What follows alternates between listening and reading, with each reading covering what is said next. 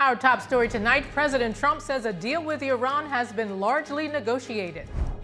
He says final details will be announced shortly. This after the president told Axios earlier that chances for peace are 50-50. The latest with a Middle East affairs analyst.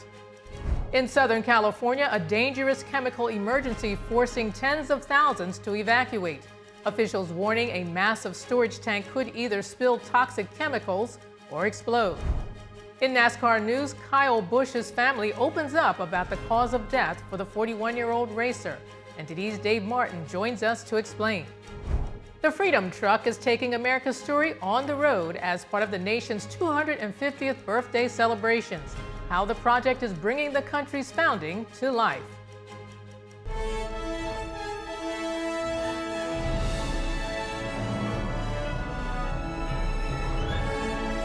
This is NTD Evening News, live from our global headquarters in New York City. Thank you for joining us tonight. I'm Arlene Richards. President Trump now saying details of a potential agreement with Iran will be announced shortly after posting that a deal has been largely negotiated following calls with leaders across the Middle East. The president also saying the Strait of Hormuz would be reopened as part of the agreement. In a post on Truth Social, President Trump saying that final details are still being worked out between the U.S., Iran, and several regional countries. The president also saying he spoke with Israeli Prime Minister Benjamin Netanyahu. Earlier in the day, the president told Axios the chances of reaching a deal were 50-50, saying he was meeting with negotiators Steve Witkoff and Jared Kushner to review Iran's latest offer. He also laid out the stakes, saying either a good deal could be reached with Iran or the U.S. would, in his words, blow them to kingdom come. Secretary of State Marco Rubio commenting earlier today. The president's preference is always to solve problems such as these through a negotiated diplomatic solution. That's what we're working on right now. But this problem will be solved, as the president's made clear one way or the other. President Trump now signaling negotiations are entering the final stretch, potentially signaling the end of the months-long conflict. Now to a growing hazmat emergency in Southern California, where 40,000 people remain under evacuation orders tonight, after officials warned that an overheating chemical tank could leak or explode. The emergency started Friday at an aerospace facility in Garden Grove, where crews discovered a leak coming from a tank holding thousands of gallons of a highly flammable toxic chemical. Now officials say conditions are getting worse, with temperatures inside the tank continuing to rise despite efforts to cool it down. Orange County Fire Chief Craig Covey says the tank should be at around 50 degrees. Unfortunately, I do have to report that the temperature was 90 degrees.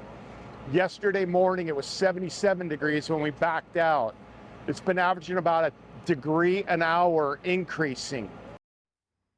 Officials say if it explodes, it could affect tanks nearby. The chemical in the tank is used to manufacture plastics, and the EPA says it can cause respiratory issues. California Governor Gavin Newsom has declared a state of emergency in Orange County. No injuries have been reported so far, and the cause of the leak is still under investigation. Murder charges for a former dictator in Cuba, a pause in planned strikes on Iran, plus major moves on medicines and deregulation. NTD's Daniel Monahan has your White House week in review. President Trump reacting to murder charges filed against former Cuban dictator Raul Castro, saying the indictment was a long time coming. A very big moment for people that, not only Cuban Americans, but people that came from Cuba, that want to go back to Cuba, people that want to see their family in Cuba. The indictment is related to Castro's alleged role in the shoot-down of two small planes operated by the exile group Brothers to the Rescue in 1996. Secretary of State Marco Rubio appealing to the Cuban people to reject the country's communist leadership, saying President Trump is offering a path to a new Cuba. Una nueva Cuba. A new Cuba where you can complain about a failing system without fear of going to jail or being forced to leave your island. The USS Nimitz aircraft carrier entering the Caribbean Sea Wednesday as these steps unfolded. President Trump calling off a planned strike on Iran after requests from Gulf allies as negotiations continue. Because we've had very big discussions with Iran, and we'll see what they amount to. The Justice Department charged 15 defendants in Minnesota in a major fraud crackdown involving over $90 million in losses. Unfortunately, too often here in Minnesota lately, fraudsters have turned government programs into their own personal ATMs. President Trump again displaying his endorsement power as the candidates he backed score major primary wins. Former Navy SEAL Ed Ryan defeating Congressman Thomas Massie, a frequent critic of President Trump's policies. The world is dangerous, evil is real, and weakness gets people killed. Trump-backed Andy Barr also won the Republican primary for Kentucky's open U.S. Senate seat, and GOP Senator Bill Cassidy was ousted in his primary, losing to Trump-endorsed Julia Letlow. The Trump administration eased federal requirements on emissions from refrigerators and air conditioners, saying it will save Americans well over $2 billion a year. At the Trump EPA, we are proudly implementing President Trump's agenda every single day and delivering for the American people. The congressional picnic was held on the South Lawn of the White House this week. This great American social tradition reminds us that some fun and laughter with our families can bring unity. The president's proposed triumphal arch between Arlington National Cemetery and the National Mall got the green light by the U.S. Commission of Fine Arts. President Trump delivered the commencement address at the Coast Guard Academy, the president calling up a cadet named Thomas, who earned a perfect score on every single fitness test for the last 4 years. President Trump announced a major expansion of TrumpRx.gov to feature more than 600 new generic prescription drugs. One-time foe Mark Cuban partnering up with the president at the event. Republicans want cheaper drugs, independents want cheaper drugs, Democrats want cheaper drugs. And the Trump administration this week swore in more than 80 new federal immigration judges in an effort to speed up deportation proceedings. Daniel Monahan, NTD News. Coming up, President Trump says final details of an agreement with Iran will be announced shortly. The latest with Middle East affairs analyst David Wormser.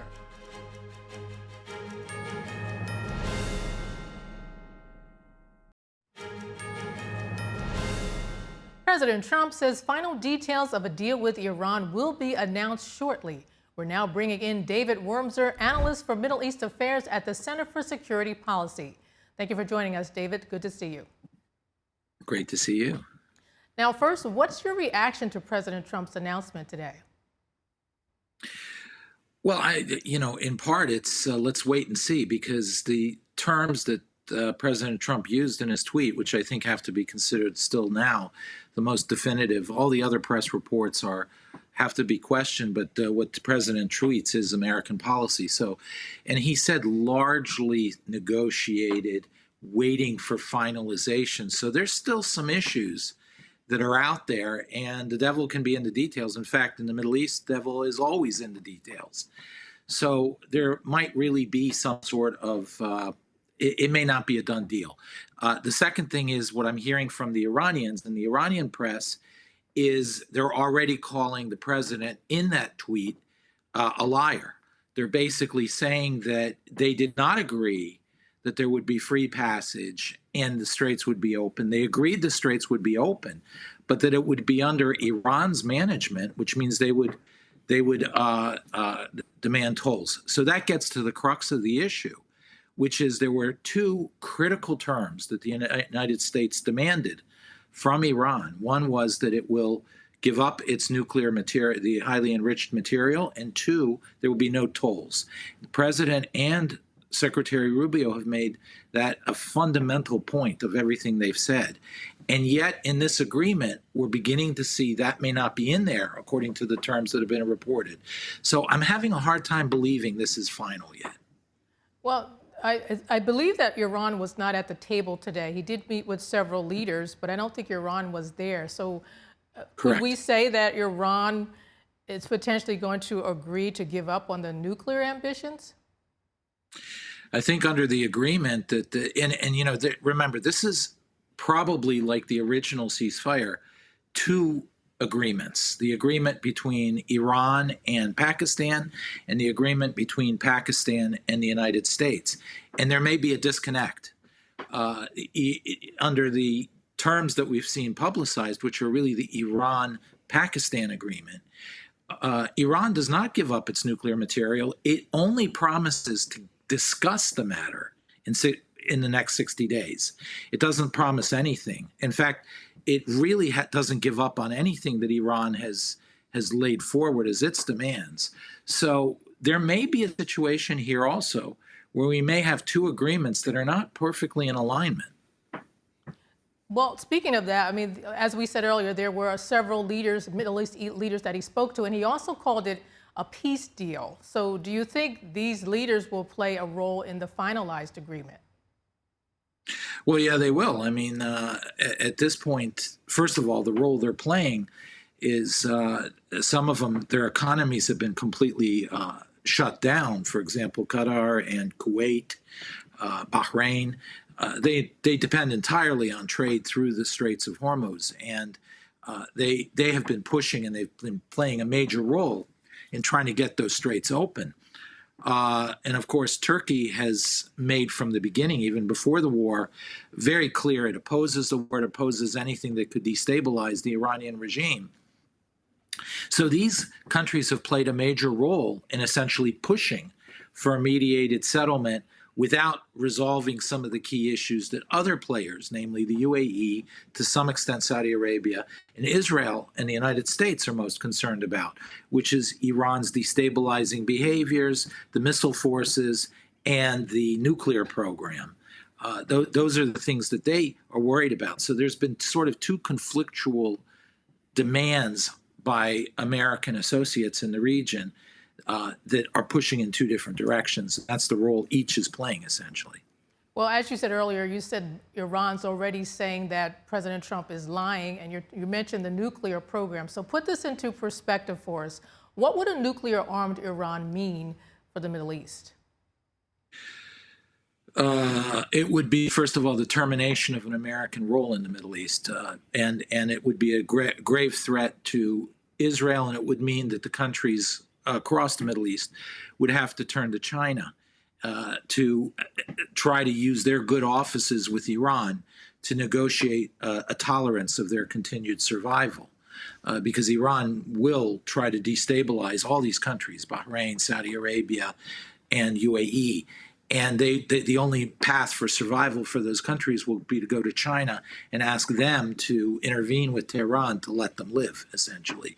So it would be a collapse of the American position if Iran gets a nuclear weapon. The second thing is we already see what Iran does with these nuclear weapons, in the sense that it is using conventional weapons to create a global catastrophe. It is willing to burn down the world economy, and burn their countries their own country to the ground, in order to pursue their ideological goal, which is quasi-apocalyptic or is apocalyptic. So we already see this is a country that isn't prone to deterrence and will use any means at its disposal to terrorize people into giving in to them. And we also saw that they started sending missiles toward Diego Garcia, which meant they already have the range to hit almost all European cities, perhaps even London. Very close. I have to see exactly how far it went, but it's very close. And they're developing missiles that probably will be able to hit the United States very soon. So a future round of this war, once Iran gets nuclear weapons, could easily mean the nuclear attack on an American city. Are you suggesting that they already have nuclear weapons? No, I'm suggesting that if they are not restrained in their nuclear program, if we don't get that nuclear material out and we don't negotiate a fundamental termination of their capability of getting there, which involves all enrichment capabilities, then within a fairly short period of time, they could probably rebuild their structure and threaten the West with a nuclear weapon. They don't have it now. Okay, I want to switch gears a little bit here to the Strait of Hormuz. Yeah. You mentioned earlier that they're saying that President Trump is lying, that it won't be open, or if it is open, it's on their terms. So what could this mean for traffic in the Strait of Hormuz? Well, the traffic could flow under this, but what Iran means when it says it's under their control means that every ship has to pay a $2 million toll to go through the Straits of Hormuz. I forgot exactly how much that adds up to. I think it's somewhere around $100 to $120 billion a year. And it's also quite a premium for each ship, especially smaller ships. Certainly the super tankers, it's still significant. So it's going to also raise global oil prices. And I'd be willing to bet that Iran will cut a deal with China and their allies to waive that fee in exchange for, and the other thing is, if it's under their control, it means they and their allies, namely China and Russia, can create a registry of ships that are allowed through and that are not allowed through. And nations they don't like, they can bar from entering and passing through the Straits of Hormuz. That includes not only Israel, but they could say any country that sided with the United States and Israel during the war, which includes the UAE and Bahrain. They can simply stop UAE and Bahrain ships from going through, and they can find some bureaucratic reason to make it not an apparent boycott. But the registry, they will create a registry of ships that are allowed to go through. And China and Iran will probably define who is on that registry allowed to pass and who isn't.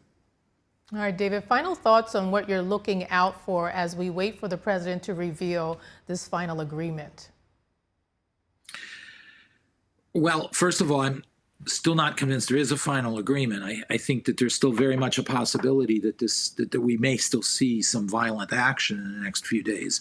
But barring that, and it's like 90% sure that there is an agreement, just that 10% still out there. What we should look for in the next few days is to see if the Iranians are beginning to say, no, this is what we agreed to, and the United States saying something else, because that would indicate that Pakistan might have floated two different agreements and they may not be completely aligned.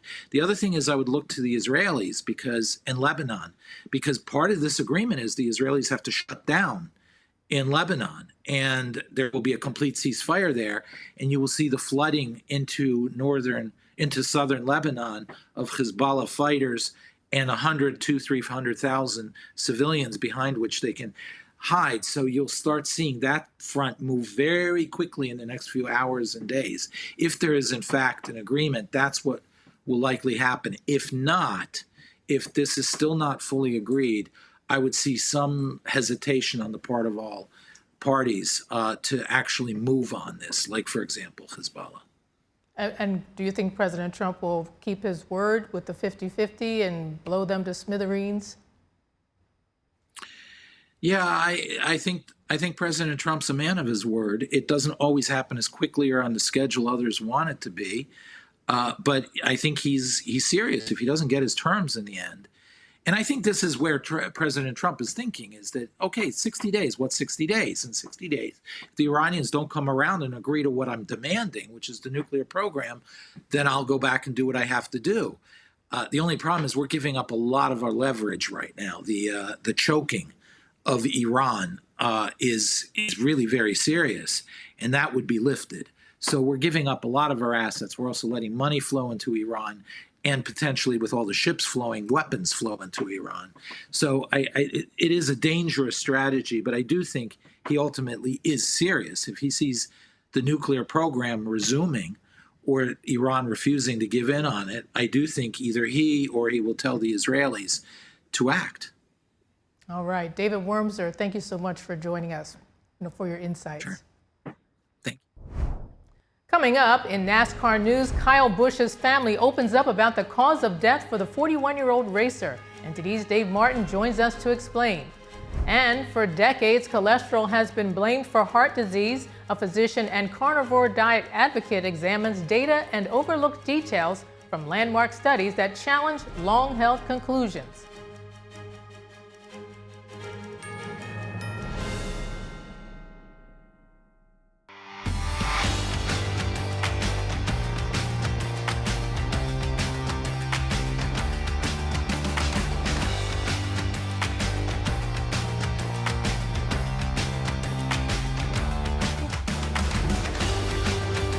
Now, for your sports news, we're joined by NTD's Dave Martin.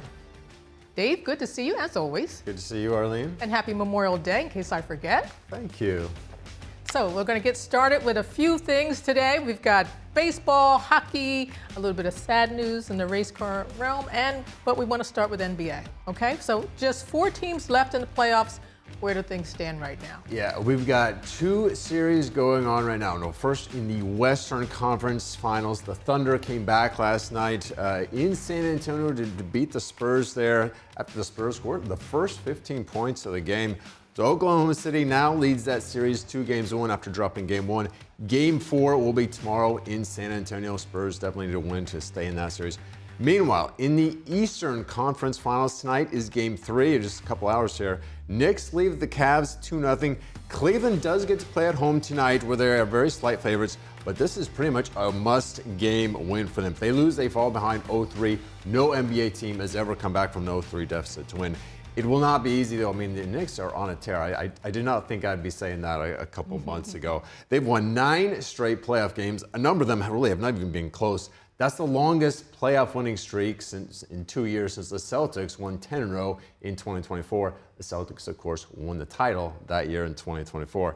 Anyway, tonight's game starts at 8 p.m. Eastern time. So we'll see what the Celtics the Knicks or the Cavs maybe have up their sleeve tonight. Yeah, it was exciting times. I mean, do you think the Knicks can pull it off with a streak like the Celtics did? I think they can definitely pull off getting past this series. Going to the finals and facing either the Spurs or the Thunder is definitely going to be difficult. But what the Knicks have right now, they kind of changed their offense. They're kind of taking Karl Anthony Towns, their center, and almost putting him on the perimeter, and their offense is kind of around him. Plus, they can also just go to Jalen Brunson, where they go to in the fourth quarter sometimes. It's really a new wrinkle that they developed against Atlanta, kind of almost out of necessity. And all of a sudden, it's just unleashed a very good team. They already were a good team. They're an even better team like this. So I don't know. I haven't seen a team do this like in the playoffs, just kind of shift gears like this. But they've done it. It works really well. I had no idea Karl Anthony Towns was that great of a passer. So what happens if the Cavs pull one off? Well, if they win tonight, then it's 2-1, and it's still like they're still like you'd say on serve, because then that would mean the home team has won 3 games thus far. But the Knicks have the home court advantage. If it goes 7 games, they get 4 home games, and the Cavs only have 3. So even if the Cavs win 2 games in Cleveland, it's still on serve, you would say. But if the Cavs obviously lose tonight, then it's no longer on serve. Gotcha. All right, so I want to move on to the racing car news. The sudden death Thursday of NASCAR legend Kyle Busch really stunned the sports world. But what was the cause of death? Has it been released? Yeah, the Busch family released a statement. They said Busch died from severe pneumonia that progressed into sepsis. Now, that resulted in rapid and overwhelming complications, they said. Now, sepsis is a condition that occurs when the body's response to an infection causes like injuries to its own organs or tissues. So it sounds pretty bad there. Now, Busch had actually passed out the day before he died. It was Wednesday after coughing up blood. He was in a Chevrolet simulator at the GM facility. Now, meanwhile, he was scheduled to race tomorrow in the Coca-Cola 600. Last week, he won a Truck Series race, placed 17th in the NASCAR All-Star race. That would prove to be his final race. It's amazing that he was still apparently racing. It seems like he was probably racing with at least some of these symptoms. Obviously, maybe didn't know how bad this was or how bad it would get.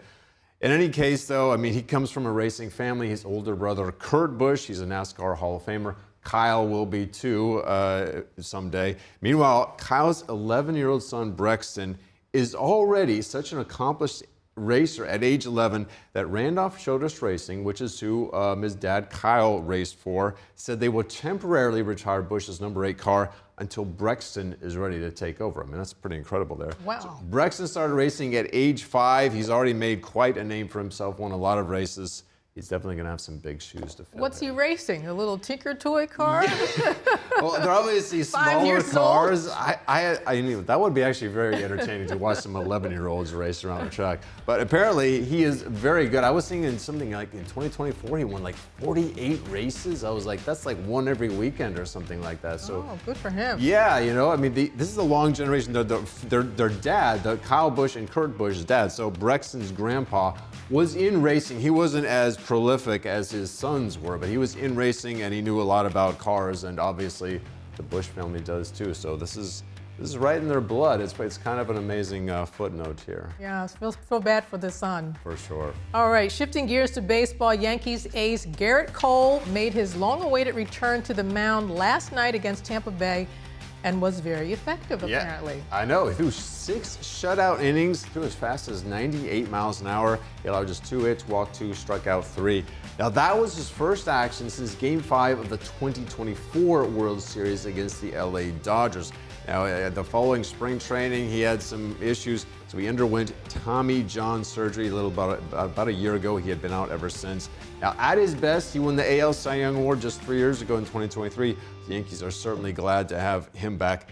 Elsewhere yesterday, Phillies starter Christopher Sanchez set out the Guardians for 8 innings.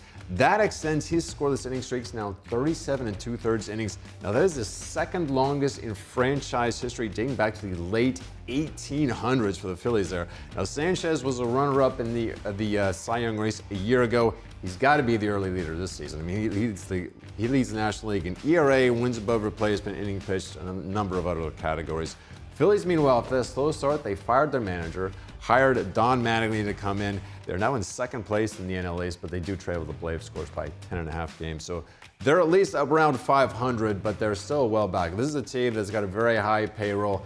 I think most expect them to be back into the playoffs. They had a tough start. It looks like they're going to get turned around, though. So that was a good move, firing the coach? Well, it seemed to work. It seemed to kind of wake up the players anyway. You know, Yeah. It just seemed like sometimes I notice in baseball, even if the manager maybe has a good tenure, which Robbie Thompson had a great tenure there in Philadelphia, sometimes you just kind of have to wake up the team. And there are some general managers that are just like, all right, whenever we go cold, we replace them, and it kind of wakes up the team. And I see. I mean, Mattingly, he's had a lot of experience too. Managed the Dodgers, I think the Marlins as well. So Mattingly's a good one as well, and they've rebounded kind of since then. So seems to be working out. Seems to be working out. Whatever they're doing. We'll have to see, right? All right, let's look at some hockey news. We're down to 4 teams left as well. Where do things stand there? Yeah, Vegas beat Colorado 3-1 last night. The Golden Knights now lead that series 2-0. Colorado, though, is without their star defenseman, Cale Makar. He missed his second straight game with what's being termed as an upper body injury. Now, that is, I don't know why NHL does not release specific injuries. Upper body injury is about the most you're going to get. Could be some teeth missing. It could be that. He's spitting up chiclets, whatever they say. Very good defenseman. He's in third among defensemen in points scored this year with 79. He was a finalist for the Norris Trophy, which is awarded to the league's best defenseman, which he's actually won that twice. So it's a big loss not having him. Game 3 of that series is going to be tomorrow in Las Vegas. Tonight we've got Game 2 between the Canadiens and the Hurricanes.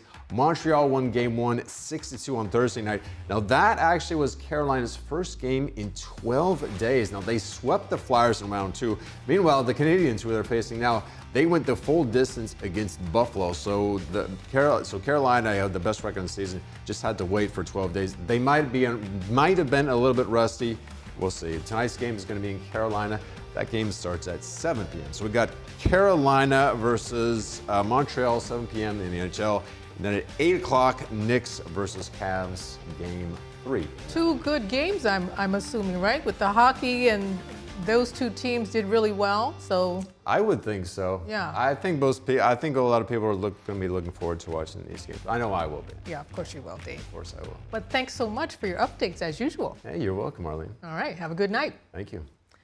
And for decades, high cholesterol, especially LDL, have been viewed as a major risk factor for heart disease, leading many people to limit foods like meat, eggs, and fish. But is that actually the right choice? In this episode of Vital Signs, physician and carnivore diet champion Dr. Anthony Chafee examines studies he says may have been influenced by conflicts of interest and what data actually reveals about cholesterol and heart health. Blood markers like cholesterol, LDL, total cholesterol, these are a major criticism that we see off the carnivore diet because many cardiologists look at these elevated LDL, for instance. As I've seen with your results, Dr. Chafee, they have on a carnivore diet and say this is a massive heart disease risk. So you kindly provided your results. All your results are from around 2019. Is that correct? Some of them are. They'd be sort of mixed. So the cholesterol results are from 2019. And I think I've checked them once since then. I just didn't have the results. But They're basically the same. It's LDL and total cholesterol are slightly above the standard reference range. HDL is very high. Triglycerides are very low. So in that case, my HDL is triple my triglycerides, which puts you actually in a very, very low risk category for cardiovascular disease, regardless of what your LDL is. And the other thing we need to remember is that LDL or total cholesterol or any form of cholesterol, ApoB or anything else, has never been shown to definitively cause atherosclerosis. It was always epidemiological studies such as the Seven Nations study that showed a correlation with cholesterol and cardiovascular disease. But when the randomized controlled trials have been done on this to actually test a cause and effect relationship, they have actually shown the opposite, that replacing animal fat with vegetable oils and butter with margarine does indeed lower cholesterol and LDL. But as a consequence, more people die of heart attacks and strokes in an actual linear progression. So the more you lowered their cholesterol, the more likely they were to have heart attacks and strokes and die from them. And that was seen in the Minnesota coronary experiment that was done between 1968 and 1973.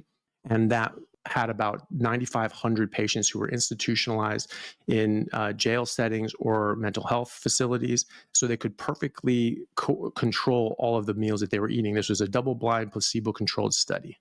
And they replaced everything. No one knew what anybody was getting, and they just tracked these people. And they found that the people getting the vegetable oils and margarine lowered their cholesterol, and more of them died of heart attacks and strokes in a linear progression, a dose-dependent relationship. So that's not good. And the thing is that it was not good for the cholesterol heart hypothesis anyway. And as such, the lead researcher on the Minnesota coronary experiment was a gentleman named Ansel Keys. Ansel Keys was the lead researcher on the Minnesota coronary experiment. He was also the one that did the Seven Nations study, and he was a major proponent of the cholesterol heart hypothesis. And in the case of the Minnesota coronary experiment, that was buried. It didn't get published for 40 years after that. It actually got published in 2014 by Dr. Ramsden from the NIH, who actually found out that this study had been done and tracked down the children of one of the other lead researchers and said, hey, do you have some of your dad's old things? I'm looking for this old study. And they actually found it. He actually kept all the records and the data in his basement. And they found it, and they were able to. It was on punch cards and things like that, and they had to extract all these data from them, and they were able to have an independent statistician take a look at it, and that's what they found. And that was published in the BMJ, the British Medical Journal, in 2014. So there's a lot of corruption in this. Ansel Keys, we know in his Seven Nations study, he actually had complete data for 22 nations, and that showed no correlation whatsoever between cholesterol and cardiovascular disease. But the most interesting part of that study, and the reason that I can, in my own, confidently say that he was corrupt and intentionally doing this, as opposed to just being an ideologue who just wanted to protect his idea, was because he was being paid by the sugar companies. We didn't know this at the time, but his idea was, hey, look, we see this increased risk of heart disease when your cholesterol goes up. And so maybe cholesterol, but it's association. Maybe cholesterol causes heart disease, maybe it doesn't, but it's not a big deal. Just stop eating fat. Just stop eating animal fat. And just protect, just in case, what's a big deal? You're not going to hurt yourself by not eating it. Of course you are, because you're losing all these essential nutrients. But what did you replace it with? Well, because you need those calories, because the majority of people's calories were coming from fat back then, back in the 50s and so on. And so he said, well, just replace those calories with sugar. Just good old sugar. It's an empty calorie, right? Well, he's being paid to say that by the sugar companies. They didn't know that at the time. How did that come to the fore, that he was being paid by the sugar companies? That was different investigative journalists and things like that found this. I mean, there was the University of California, San Francisco actually found these old internal documents from the Sugar Research Association, and they actually published it. So they found this, and where they actually had contracts with the 3 different Harvard professors and correspondence back and forth, the sugar company saying, hey, we want you to push this, and we want you to talk about this and downplay that and say this instead. And they're like, yeah, absolutely, we'll say whatever you want. And again, had their contracts and what they were paid. And so it's clear, definitive proof. And that was published in the 2016 JAMA. And we saw that with Ansel Keys and other sort of investigative journalists, sort of exposés, I guess you'd say. But we found these documentation. and were able to show that he was on the payroll. To see that full interview and others on how to optimize health, go to ept.ms/vital signs. Vital Signs offers general health information not intended as medical diagnosis or advice. Please consult your doctor before undertaking a new health regimen. Coming up, Freedom Truck is taking America's story on the road as part of the nation's 250th birthday celebrations. How the project is bringing the country's founding to life.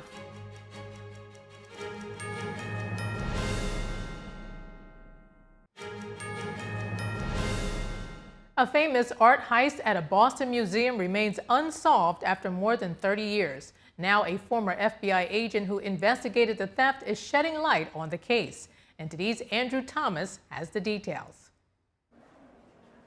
Curiously empty frames hang on the gallery walls at Boston's Isabella Stewart Gardner Museum. After more than 3 decades, 13 pieces of art stolen from the museum are still missing. Former FBI agent Jeffrey Kelly led the investigation into the robbery for 22 years.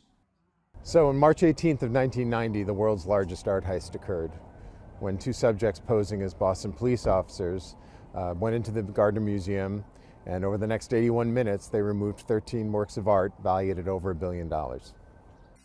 FBI investigators believe the mob was behind the heist. Kelly says the thieves knew exactly what they were looking for.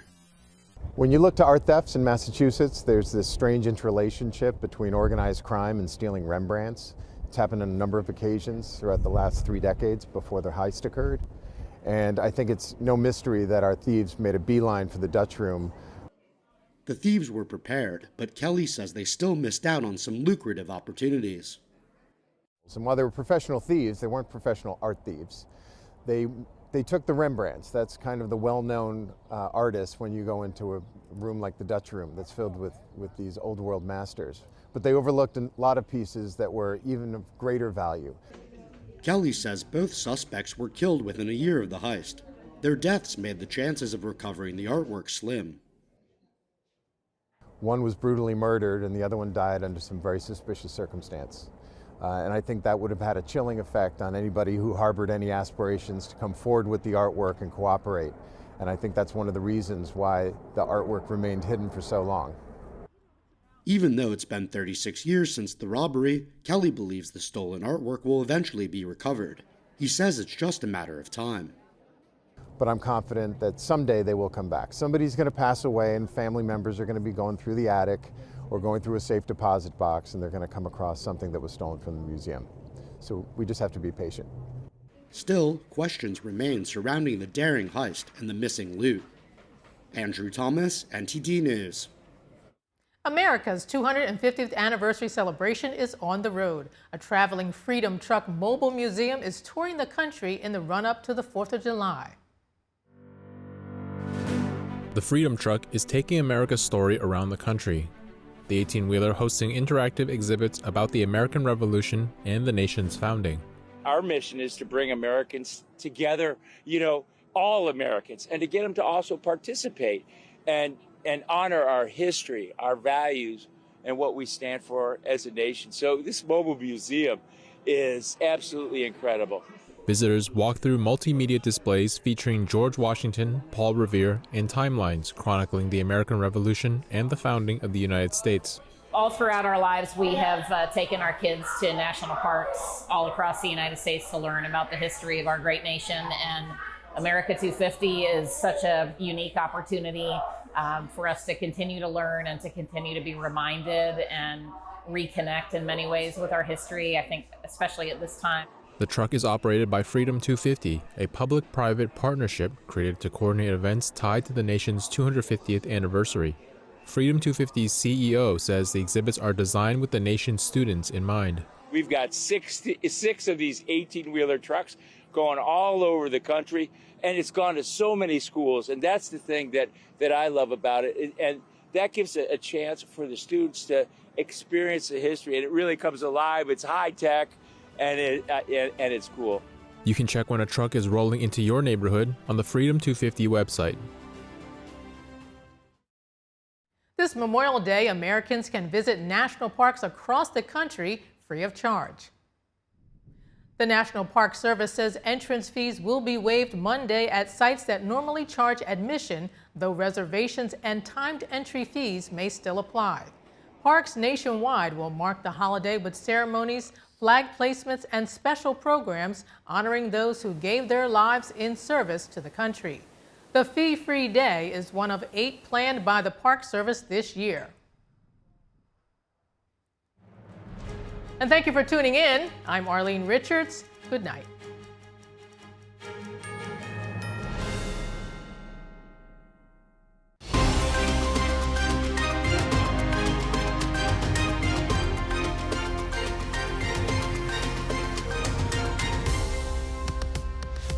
Good evening. This is NTD's breaking news coverage of the shooting that's taken place in front of the White House.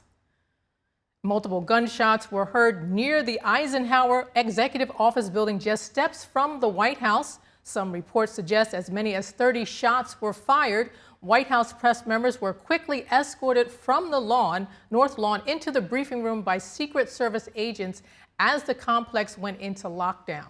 FBI Director Kash Patel says FBI personnel are now on the scene assisting the Secret Service. He added the Bureau will provide updates as more information becomes available.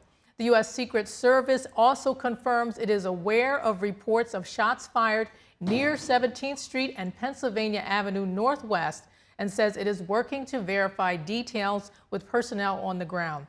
Additional information is expected. Now, according to Fox News, a gunman fired at the White House multiple times with a firearm, causing U.S. Secret Service to return fire. The gunman has been taken down after being shot. Now, this incident comes less than a month after a shooting at the White House Correspondents' Dinner, where reporters and Trump administration officials ducked for cover. And joining us now is Gerard Filitti, attorney specializing in counterterrorism. Gerard, thank you so much for joining us.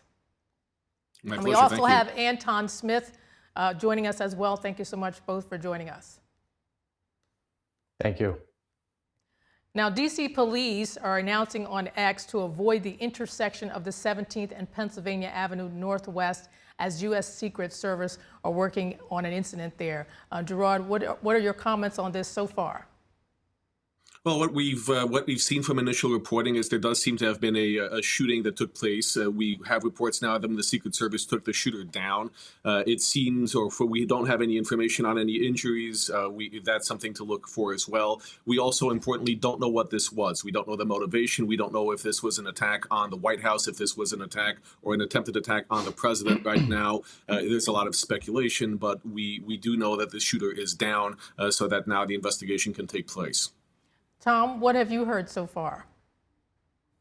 Yeah, Gerard made a great point that it's very early in this. There's going to be a lot to unpack. There's a lot of the investigation still that's going to come forward from both the Secret Service and the FBI being involved now. So there's going to be a lot more coming out in the next few hours about who this individual is, any motivations, any social media captures that they're able to get with any motives or, mindsets when it comes to this. So, but we continue to see this president be the most targeted president we've ever seen in a lifetime. Now, do either of you believe that this has anything to do with the recent negotiations with Iran, the recent developments that President Trump announced earlier today? Gerard? Well, it's very early to discuss possible motives or what this could be. We have often seen that the people who try to assassinate or take shots at the president are not working with a full deck of cards, that they seem to have plenty of mental issues. We don't think that we don't know, but it's doubtful that this was a state actor attempting a meaningful attempt on the White House, given the well-known layers of security there. So if anything, I think that, and this is, of course, a speculation, I do not think that this was a state actor responding to the Iran threat. This probably was someone who was acting on their own or unprepared to do more than some superficial damage to the surface. Again, the White House is one of the most secure buildings in the world, and the president was there at the time. So this is more likely the work of an individual or individuals who are venting some frustration or mental illness, and not the work of a state actor. And to your point, Tom, I want to turn to you. There were multiple gunshots heard near the office building, so the person was not inside the office building or near President Trump. So do you agree with Gerard that this is maybe some random person who's just upset about something? Yeah, 100%. It doesn't seem to be well planned because if you're planning an act like this, you're not going to do it where it happened because you're not going to get anywhere close to the building or anything like that. It is swarmed with Secret Service agents and Metro PD as well. So it doesn't seem to be well played out. It seems to be, just a quick thought and something maybe he's upset about, as Gerard had said. But as far as a well-planned connections anywhere, I'm gonna say no at this time. But like I said, there is a lot of this investigation that's still going to come out.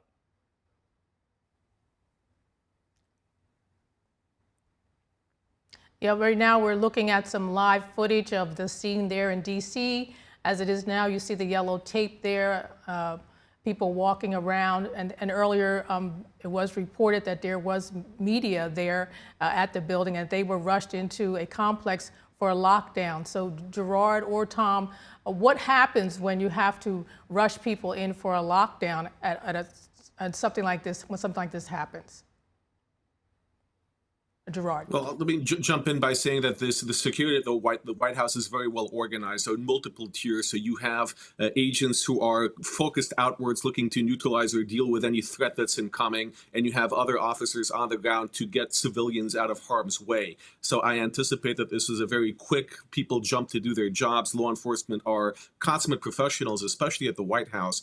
So while it may seem like chaos to reporters on the ground, for law enforcement, they were following a plan and following their training to make sure that no one got hurt and that they neutralized the target as quickly as possible. Now, Tom, taking a look at this scene we're looking at right now, can you break down what's happening here? Well, they're going to set up a crime scene, where it started, where the shots fired were. Those casings, any casings or evidence, will be marked. They'll be collected probably by the evidence collection team of the FBI. Will probably take control of the scene. And they're great at what they do. And if need be, that crime scene will be expanded to maybe where that person entered or where this all started. But initially, they'll start where they know most of the evidence is, and they'll work outward from there. So what happens to the people who were there? Now, we talked earlier about the press was there. I think according to Fox News or one of the other press members, I don't have the information here now. I thought I had it earlier. What happens to people like the press who are there at the time that this incident is happening? They're taken into a room somewhere. What's the procedure for that, Tom? Well, they'll be taken to a secure area, wherever that may be, and they'll be interviewed, and each of them will give their account of what they saw. It'll be documented, and they'll just go one by one of anyone who has any visuals of what happened to document the beginning of this, how it ended, the amount of shots that were fired. Was anyone else involved? There's a lot that goes into these questions, after a scene like this, but they'll all be accounted for. They'll all be documented and gone through, and that'll be a big part of this investigation. Now, as we know from previously when the reporters were all at the correspondence dinner, lots of reporters had their own takes on what happened and what occurred. We've already got some people putting out reports about this. Gerard, what do you expect in the next coming hours from all of these reporters that were there? Well, I expect that there will be a lot of information coming out, some of it consistent, some of it perhaps not, which is why we wait for the investigation to run its course and take our cues from the official information that's put out there. To what you were saying before, there was an ABC reporter that was setting up on the North Lawn to do a live hit. That seems to have been the source of some of the video that's initially circulating on the internet that has the noise, the sound of the shooting taking place. That's the type of thing that will be analyzed both by people online online and by people on news reports until we get something more definitive from law enforcement. But in this case, it is Washington, D.C., it is the White House. There will be plenty of surveillance cameras that will capture exactly what happened, that will be able to trace to some extent the movements of the suspect or anyone involved with him leading up to the attack. So there will be clear evidence. It's just a matter of having the patience for law enforcement to go through that and release their findings. But again, because of the nature of this attack on the White House, potentially on the president, I don't think that we will wait too long until we have an official statement coming out from law enforcement. Well, Tom, there is an update here. It says the White House shooter is in critical condition after being shot by Secret Service. No Secret Service agents were injured, and the President Trump is safe. What happens next in terms of the person that's been critically injured? Well, they'll try to identify him as quickly as they can by anything he may have on him. They'll take a fingerprint immediately of him to see if he has a criminal record. They'll be able to run that rather quickly. And then they'll go from there. Then they'll see if there's any cars in the area that he may have driven to that location, and any social media aspects that he has. If there's a phone on him, anything to do with him, they're going to work quickly if he's in critical condition, and they'll try to question him, probably not to any avail, but they will try. But, you know, like Gerard said, this is the beginning. This is gonna be a while, and everyone needs to be patient because things happen in an investigation.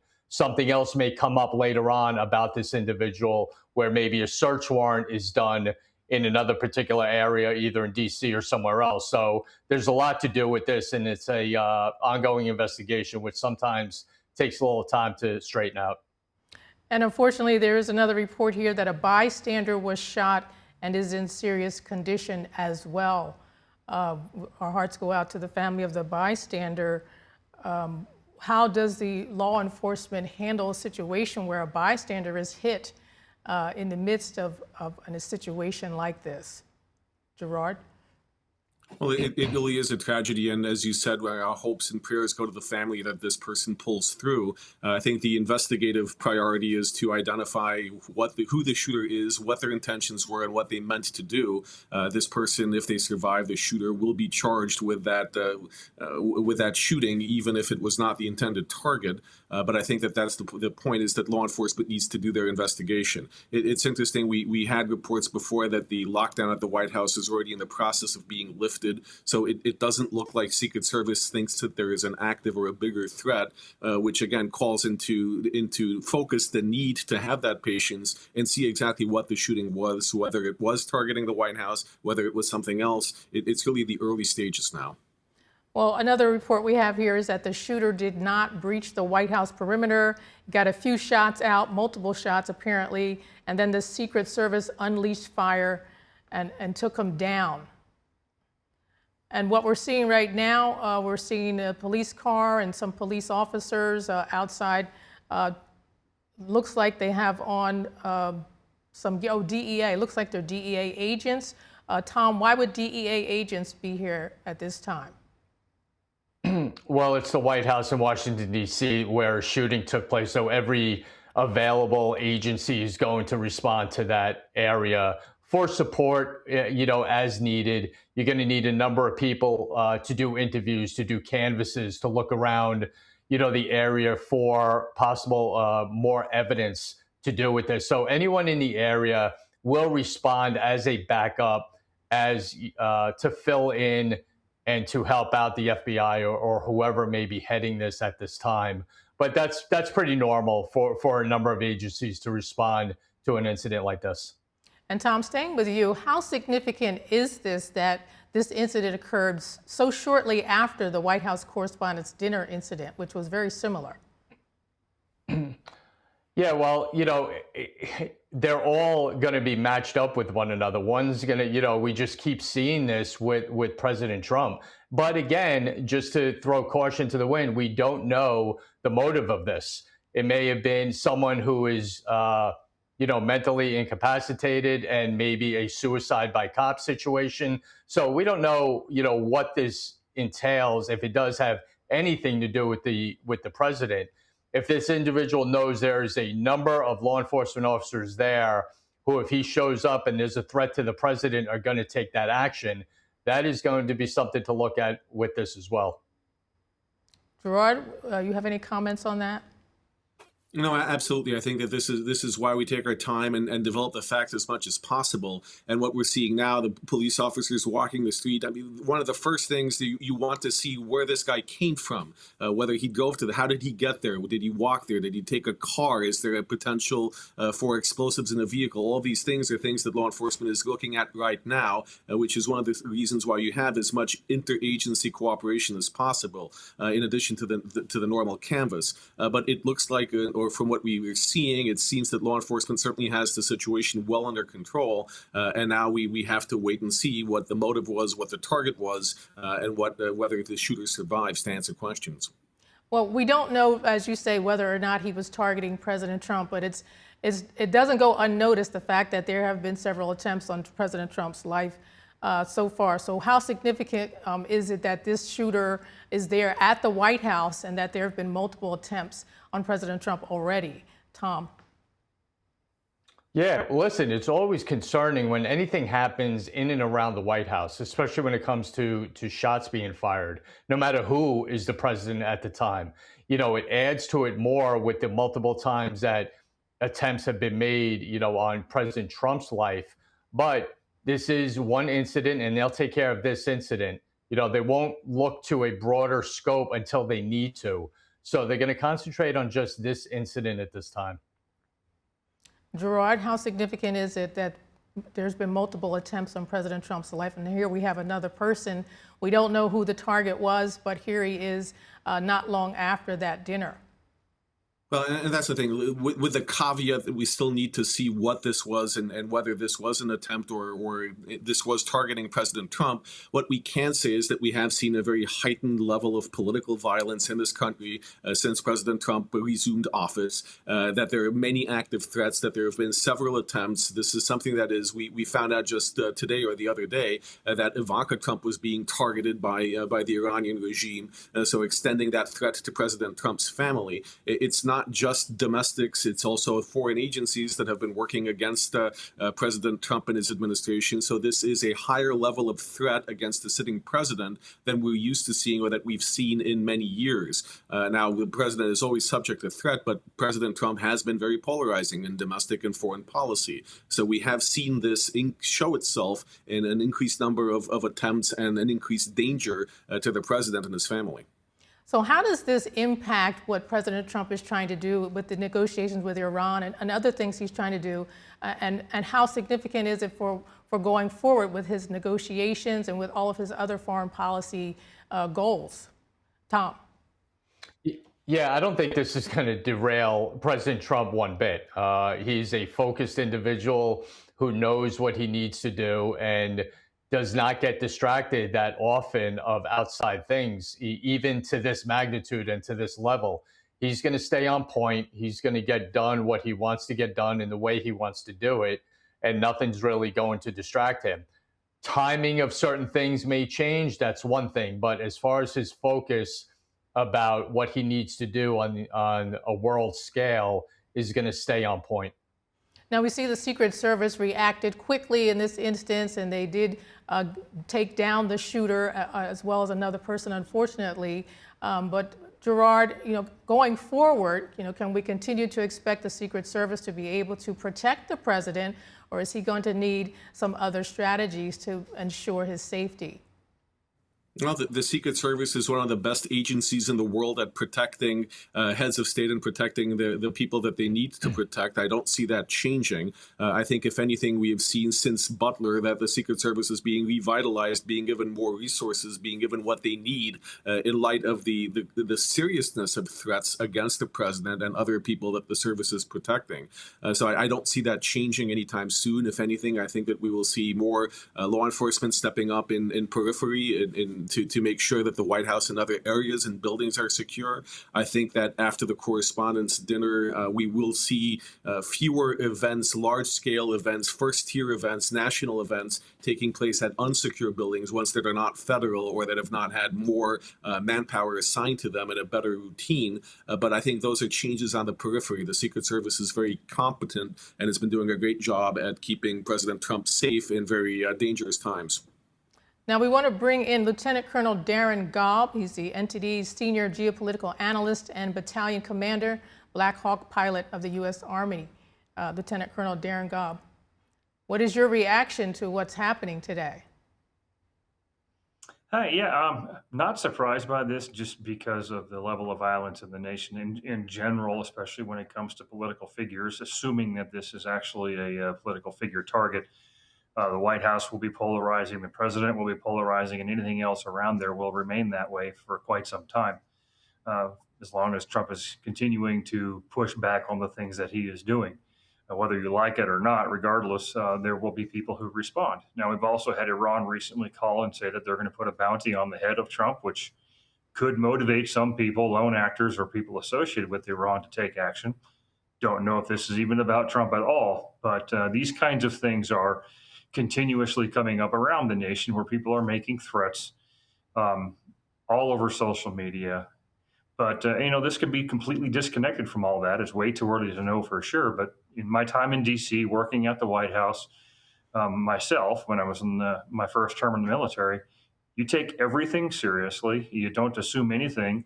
But if the Secret Service and all the other agencies are doing things in accordance with their standards and their training, they're the best in the world at what they do. And I suspect you're going to have a result, at least an initial press conference on what happened here relatively soon. Now, again, we're seeing on the screen, there's a police car there, lights are flashing, not much movement in this scene, but there was earlier some DEA agents that were walking around. Our previous guest said that that's standard, that all different agencies will come out. So, Colonel, tell us what happens when all of these agencies come out onto the scene of a crime. Well, first and foremost, regardless of what letter agency they're from, it's all ultimately federal law enforcement agencies. And they could be drug enforcement agency, they could be FBI, they could be other federal domestic agencies. But regardless, they're all wearing the federal law enforcement badge, come with those kinds of powers and capabilities. Even the DC police area, all of these different agencies end up working together. Because if you go into a manhunt to try to search somebody down in an area like Washington, D.C., you're going to want as many people out looking as you possibly can. So everybody available, regardless of agency, will be there. They will have someone ultimately in charge regardless. But this is absolutely normal for something like this. And, there are other military capabilities in Washington, D.C., too, that could be called upon if they were wanted and the situation warranted that as well. Now, in this instance, the person was taken down. He's in critical condition. So they're not, the person didn't flee and they're not looking for someone. So what do the members of these agencies do in this circumstance? Are they just making sure the area is secure? Yeah, they'll make sure the area is secure. And then there will be those who are going to be specifically tasked with looking for evidence of where the guy came from and different things like that. Cameras from different areas, all those kinds of things. But ultimately, in order to keep this from growing into something that it could be like a mob scene or something like that, all of these different agencies will come on board to make sure that the scene is protected and uninterfered with while they do their job on the actual scene itself. Now, what will the investigators be looking for or be looking at in the first 24 to 48 hours? Well, first, they're going to want to know whether or not the person is acting on their own or whether or not they're part of some other concerted effort. And in order to do that, they're going to have to follow the evidence as fast as they can wherever it leads. How did they get there? Where did they come from? Can they prove that he had meetings beforehand? Did he buy a weapon? Where did he buy it from? Was it part of some sort of terrorist organization, or was he just a lone wolf and found something at a pawn shop or something like that somewhere? They're going to try to make sure that it's not something bigger than just the individual. And if they can determine that it is bigger than this person and there's some sort of group involved, that's what they want to know very quickly. Or if they rule out the fact that there's a big group involved, at least they know they can narrow the scope of the investigation down to the one individual and send some of those folks home who don't need to be involved anymore. Now, one of the earlier guests said that they may even attempt to try and ask this person questions. if the person can't answer the questions, I'm sure they have checked his body to see if he has any identification or other things like that. Is that normal procedure in a situation like this where the person possibly can't even speak? Yeah, and this is just, they'll follow standard policing protocols. If the person's unable to answer for themselves, if they can't find any identification on the person, they'll seek to identify the person any way they possibly can, whether that be DNA databases, fingerprint databases, facial recognition, you name it. Those things will all be in place. So I think everything that everybody has a basic understanding of when it comes to policing procedures and investigations will be part of this. It's not something that will be completely unique, but they will bring on some federal agencies, of course, that may have more capabilities and different kinds of databases, especially if in case this person has ties to organizations, whether it be domestic or potentially even organizations overseas. Way too early to know that yet, but you can't rule it out until you have the evidence to do so. Now, in terms of President Trump, we talked earlier about the Secret Service being the best protection that he could have, and one of the earlier guests said that President Trump probably won't miss a beat and that he won't let this interfere with his agenda and his goals. But do you think that they will have to change their security measures for him going forward? Well, I agree with the statement that it's not going to change anything for him. We don't know if it'll change anything for security procedures until we know exactly what happened. There's no reason this early in an investigation to change anything until they know enough about what happened to determine whether or not there's an actual gap, whether it be a physical gap of some sort or whether it's a procedural gap that hasn't been previously identified. Having worked at the White House, having worked with the Secret Service in a former capacity in my past, I can tell you that the procedures and the methods that surround the White House are well established and are phenomenal. That doesn't mean that every single time something like this happens, that they don't review everything after they've been able to conclude the investigation side that they need to conclude before they start looking at their own procedures itself. But I would expect that's going to come down the road a little while later after we've determined what happened here first. All right, Colonel Gobb, thank you so much for coming on. We appreciate it. Thank you. Now we're going to go back now to Gerard Felitti. He's an attorney specializing in counterterrorism, and Tom Smith, the retired NYPD detective and former member of the FBI NYPD Joint Terrorism Task Force. Thank you both so much again for coming back. Tom, you're also the host of the Gold Shields podcast. So let's talk about this a little bit more. Your thoughts, Gerard, about the next 24 to 48 hours. What can we expect?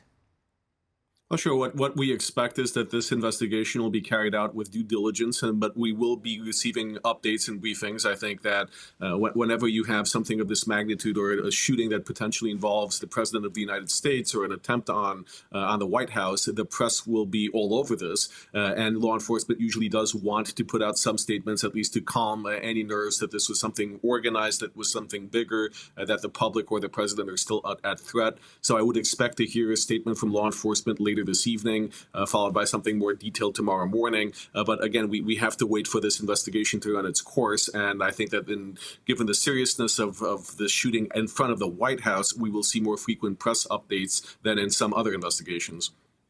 Tom, what's your take on this? What's going to happen in the next 24 to 48 hours?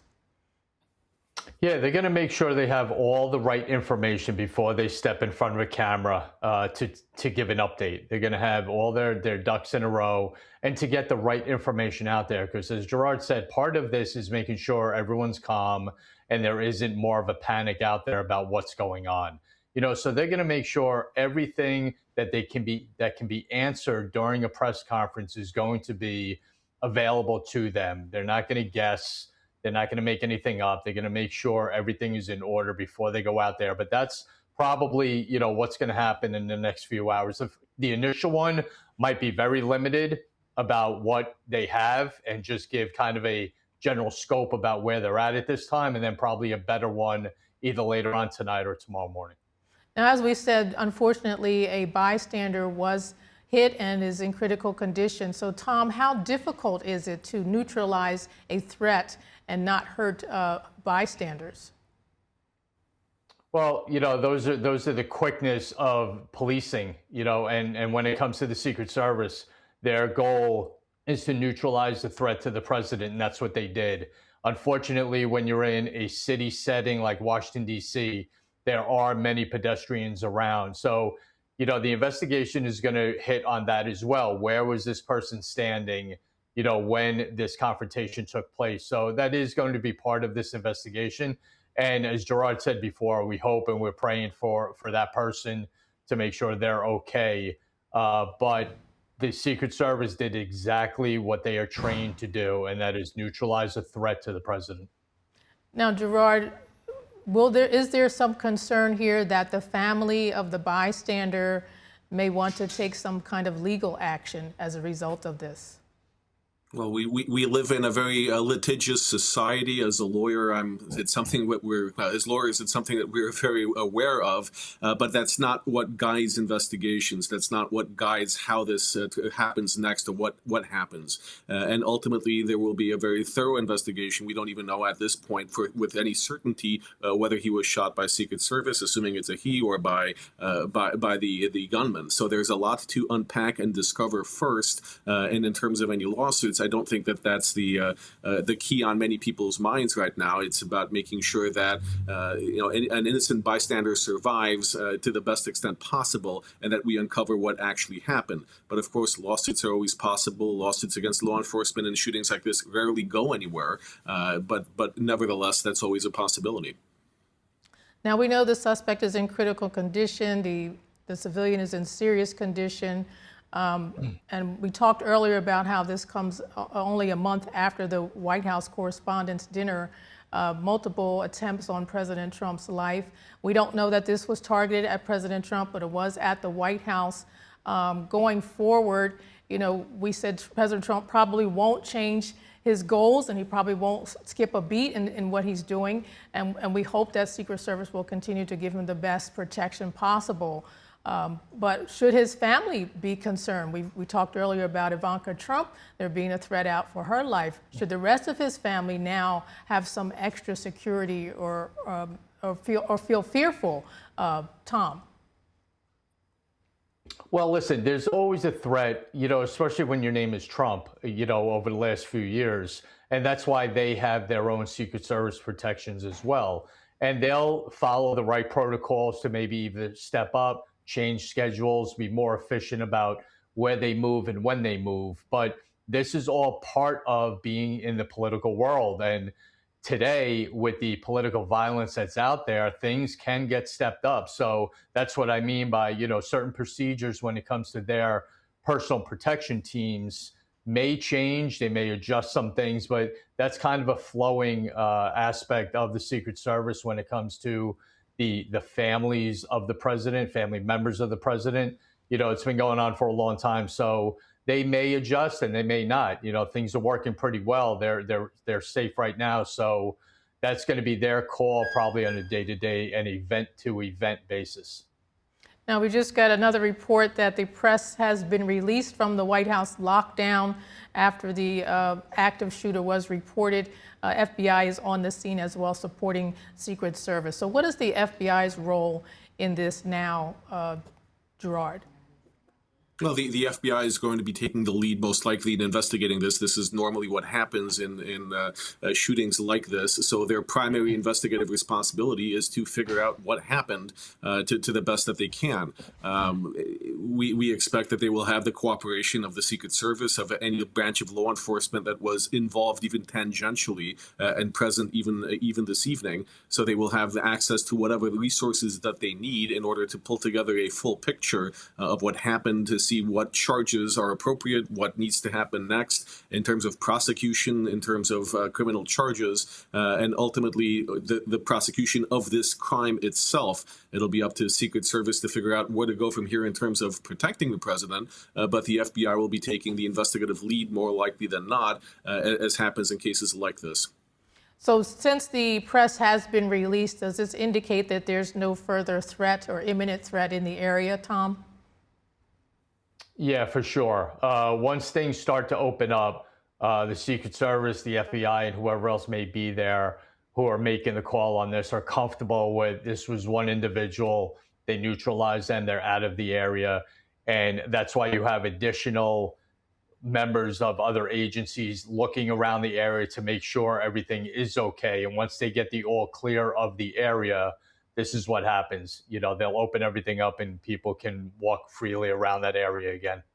Now, I anticipate that the press, since they're there and they were kind of involved in this in a way, that they're going to want to start interviewing people right away, have a press conference. What do you expect to happen if they request that, Gerard? Well, I think that the press is going to understandably go with whatever directives they're given for security and safety and to not compromise an ongoing investigation, especially the reporters who were there and had to duck into the press room for safety. I think ultimately that what we will see is we will see organized briefings when the FBI, when law enforcement decides that it's the appropriate time. And generally speaking, and I think we saw this with a correspondence dinner as well, despite reporters having always a million questions, they understand, especially when they're kind of caught in the crossfire, if you will, and metaphorically speaking, they understand and have a little more patience than they might in other situations when they're not personally affected. So I think that we will see press very much be interested in being briefed, but will not be pushing it more than what they would if they were not involved in this, so to speak. And we don't know what they saw or what their involvement was, but do you anticipate, Tom, that the press or members that were there would be questioned by law enforcement? Oh, absolutely. And on top of just questioning them, they're going to see if there's any video that they may have taken, any audio, did they hear anything? So they may be, members of the press, but now they're witnesses. So they're going to be treated just like every other witness to see what they know, what they saw, and that's just going to be, again, part of this going forward with the investigation. Okay, and we're looking at footage that was taken at the White House earlier of the incident. It looks like the outside of the White House. Oh yeah, we're going down the driveway here. Looks like to the White House. We see people with cameras, as we mentioned earlier. They might have gotten some footage of something. We see some law enforcement here now looking at the grounds. Okay, and it just stopped. And then here we go again. We see the yellow tape. Now there's a lot of yellow tape crisscrossing here, Tom, and I see looks like some debris or something falling there on the sidewalk. Is this a scene where people can't cross? I assume, right? Yeah, that's what it is. It's securing, that one particular crime scene where maybe most of the shots took place. The debris could be from anything, from people dropping something while they're running away, but that area is going to be secure and it's going to be seen as such. This is one area. There may be others that we don't see right now. But as far as this goes, it's going to be made very clear that no one's allowed in that area. Now, I want to go back again, Gerard, to the reporters that we saw. That we saw some cameramen in this shot that we saw earlier. Is there a conflict of interest for reporters if they are witnesses, and cameramen, if they are witnesses as well as reporters? Well, I think that might be more of an ethical constraint on journalistic reporting, but I wouldn't call it a conflict necessarily. And we also have to remember that, yes, they will certainly be interviewed by law enforcement, and whatever tapes they took will be requested so that they can be evaluated. But also knowing this area, knowing where the press normally sets up for shots, for B-roll in front of the White House driveway, it's not quite in the line of sight of where this incident seems to have taken place or where the shooting was. So I think that deprioritizes a little bit reporter accounts more than you'd see if they were actually closer to the shooting or had a clearer sight line to it. They were fortunately a good distance away, and the porticos and the sides to provide some good cover there.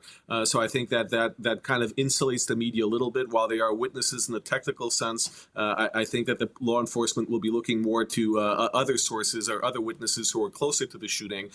For example, at that Starbucks sign that we keep seeing, or whatever restaurants or facilities or stores are right there, those will be the witnesses that will of more interest in law enforcement right now. Now, in terms of the investigation, Tom, in terms of wanting to get a handle on what's going on here as quickly as possible, whether it's just one individual or several, what will the FBI do to get a handle on it quickly and so that we can get an update from them as soon as possible? Well, the quickest thing in a perfect world is identifying him as quickly as possible. Where he lives, any identifiers, any criminal background that he may have, which will lead them to his social media accounts. And the technology that the FBI has now can get into that very, very quickly to see if there was any communications with anybody else, any connections to anyone else, or a greater plan, which we both don't think is the case, but it is still on that checklist for them to go down to make sure there aren't anyone else involved in this. And they're going to do that rather quickly. And again, that's why the FBI is going to head this, because of the resources they have both domestically and internationally, if it does lead that way, and can get results and answers very quickly. Now, in terms of the family of the injured individual who allegedly made the shots, will the FBI attempt to get in touch with the family as soon as possible, or will they try to find out as much as they can about this person first? Tom. Well, yeah, if they identify him, I guarantee you there's probably going to be a search warrant conducted in wherever he lives, whether it's with someone, his parents, alone, or whatever. I'm going to be very, very confident that because of where this happened in and around the White House, that as soon as they find out his residence, there is going to be a search warrant conducted at that location to see if there's any additional information, evidence, or whatever may help in this investigation. All right, Gerard and Tom, we're going to see you back probably a little later, but we're going to go now to another person here. We have retired Lieutenant Police Officer Randy Sutton. He's also the founder of the Wounded Blue. Randy, thank you so much for coming on. Sure thing. And what's your reaction first to what's happened today? Well, my first reaction is here we go again. Once again, violence plays a role in what is taking place in our nation's capital. Coming on the heels of the White House journalists' dinner and what took place there, seeing this take place in front of the White House within such a short proximity of time is very, very disturbing.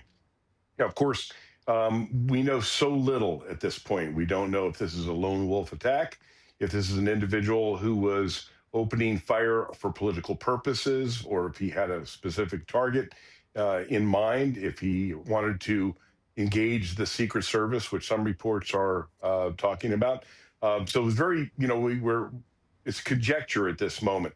But what we do know is that once again, violence took place.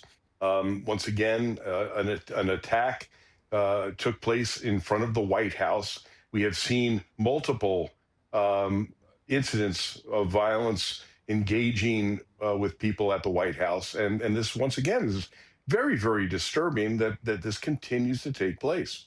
And shows how the Secret Service has to stay on guard 24/7 in a posture that is really, really difficult. Now, there was a statement by Republican Florida Senator Rick Scott reacting to today's incident. He praised Secret Service agents and called for an end to the political violence. He did post something on X. He said, "Thank God the president and the first lady and everyone else at the White House are safe and that no innocent bystanders were harmed." He said, "Thank you to the heroic Secret Service agents who acted quickly and decisively to neutralize the threat. Still, yet another attempt on the president's life is something that should give us all pause, as well as a sense of urgency. The violence needs to stop. The chaos needs to end. The rule of law must prevail." Your thoughts on Senator Scott's? Yes, Senator Scott's. Well, he's showing the frustration that I think we're all feeling right now, in that we have seen the political violence. We've seen the rhetoric that comes from many people from different areas of the political spectrum, and one cannot help but wonder, is all of this insanity that we have been seeing when it comes down to violence, is the role being played by the media and by the politicos on the left and by many other people who have the public eye, if you will, is this playing a role in all of the violence that we're seeing? And one can't help but wonder that that this very well might be playing a role. And we have seen incredible violent rhetoric taking place from a lot of different arenas. And once again, we can't conjecture on what the motivations are here because we just don't know. But the proximity of time and of distance, once again, with the White House playing a pivotal role in the gunshots, this is once again more and more disturbing. Well, there was a lot of discussion after the Washington Correspondents' Dinner that Democrats were kind of fueling this kind of rage with the comments that they've been making. What are your comments on that? No, that's unfortunately it's true. We have seen comments being made by, supposedly the adults in the room. You would think that if you're an elected official, whether you got a D behind your name or an R behind your name, that you would have the intelligence, that you would have the common sense not to invoke violence when you are talking about the other political party. And yet we are seeing, Trump derangement syndrome is real. There's no other way to put it. But we have seen the rhetoric on the left that is violent, that is abhorrent, that calls for terrible acts of violence. Why? Because they don't agree with the political stance of another party or the president of the United States, and it's sickening to me. And this is dangerous game that they are playing. And also, I think that, and you can tell me what you think about this, but a lot of people who are watching this who maybe don't really understand the politics of it all, and they're just reacting to what's being said, is also a very dangerous, and I guess that's what's really happening here if you have these lone wolves who are just suddenly getting guns and ammunition and want to take action. They're just responding to what they're hearing, but maybe not really understanding the politics behind it. Well, we have seen mentally unstable people, stepping up and committing acts of violence all over the country. I mean, you look at some of the political acts that have taken place that defy reasonableness, defy the imagination. I mean, look at the Luigi Mangione insanity, where people are celebrating this murdering coward, and somehow he has attracted the attention of a number of people that are celebrating him. Look at the violence in the Charlie Kirk assassination. Why? Because of the political stance that this individual, Charlie Kirk, has. The lengths and the seemingly insensitivity to violence that we are seeing around this nation today is more and more disturbing. And once again, law enforcement plays the pivotal role here when it comes down to the protection of the president and of the people in the Capitol. It is the police and Secret Service, and whether it's the uniformed Secret Service or the non-uniformed Secret Service, that they're tasked with the very, very difficult role of protecting the president of the United States in a environment where they cannot turn their head for a second without worrying that the president is at risk. And who's on the front line? It's law enforcement. And by the way, what we're seeing nationally, I wrote about this in my latest book, Rescuing 911, The Fight for America's Safety. We're still seeing the defunding of police around this country. And it's not just the Secret Service that plays a pivotal role in the protection of the president and other politicians. It is your local law enforcement. It is they who are responding to the terrorist attacks. It is they who are putting their lives on the line. And we are seeing an environment where law enforcement is still, once again, being defunded. It is being defanged, if you will, by politicians on the left who are literally making the environment to be a police officer exceedingly difficult, dangerous, and onerous. At the same time, we're seeing recruitment diminish, retention diminish, and this is all part of the environment that is making things less safe. Now, Randy, we just got news that the suspect has died. There is a statement from the Secret Service. They say shortly after 6 p.m. Saturday, an individual approached a Secret Service checkpoint in the area of 17th Street and Pennsylvania Avenue Northwest. A preliminary investigation indicates that as the individual approached, he removed a weapon from his bag and began firing at posted officers. Secret Service police officers returned fire, striking the suspect, who was transported to an area hospital where he later died. During the shooting, a bystander was also struck by gunfire. It remains unclear whether the bystander was struck by the suspect's initial gunfire or during the subsequent exchange of gunfire. No injuries were sustained by Secret Service personnel. The president was at the White House during the incident but was not impacted, and the incident remains under investigation. Your comments on the latest? Well, this is a lot of information that's now been given out, and it's this information. Once again,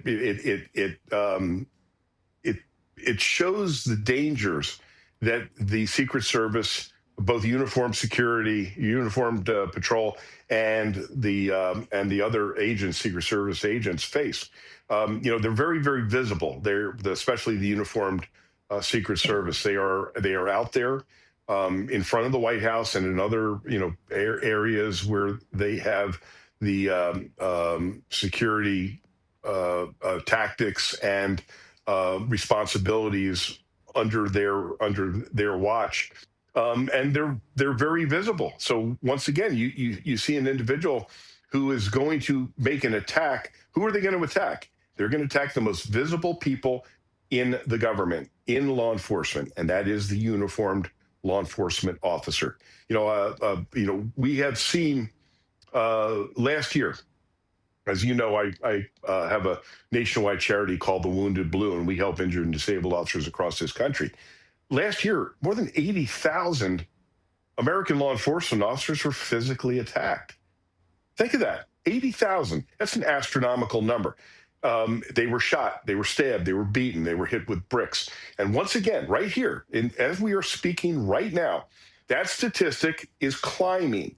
And it was shown today when this individual opened fire on the uniformed Secret Service law enforcement officers who are doing nothing except their duty, which is to provide protection for the Capitol and the President of the United States. And the fact that the individual who attacked these officers was killed, that is the end game, if you will. If you're going to attack and shoot at police, the chances are really damn good that you're going to die. And that is the goal, quite honestly. If you're going to try and kill a police officer, that officer has every right, has every duty to use deadly force, and apparently they used it very effectively today because that individual is dead. All right, Randy Sutton, thank you so much. We're going to come back to you a little bit later, but now we're going to be joined by Mike Sorelli, NTD Senior Military National Security Analyst and retired U.S. Navy SEAL, and Tom Smith, retired NYPD detective and former member of the FBI NYPD Joint Terrorism Task Force. He's also the host of the Gold Shields podcast. Thank you both so much for being here. I want to go back to the Secret Service announcement that we just got. They say that the individual approached, He removed a weapon from his bag and began firing at posted officers. Mike, what's your reaction to that? Well, first, let me send my prayers to the innocent bystander that was wounded, to them as well as their families. We, as you just reported, we don't know the status of their condition. Let's hope for the best and a quick recovery.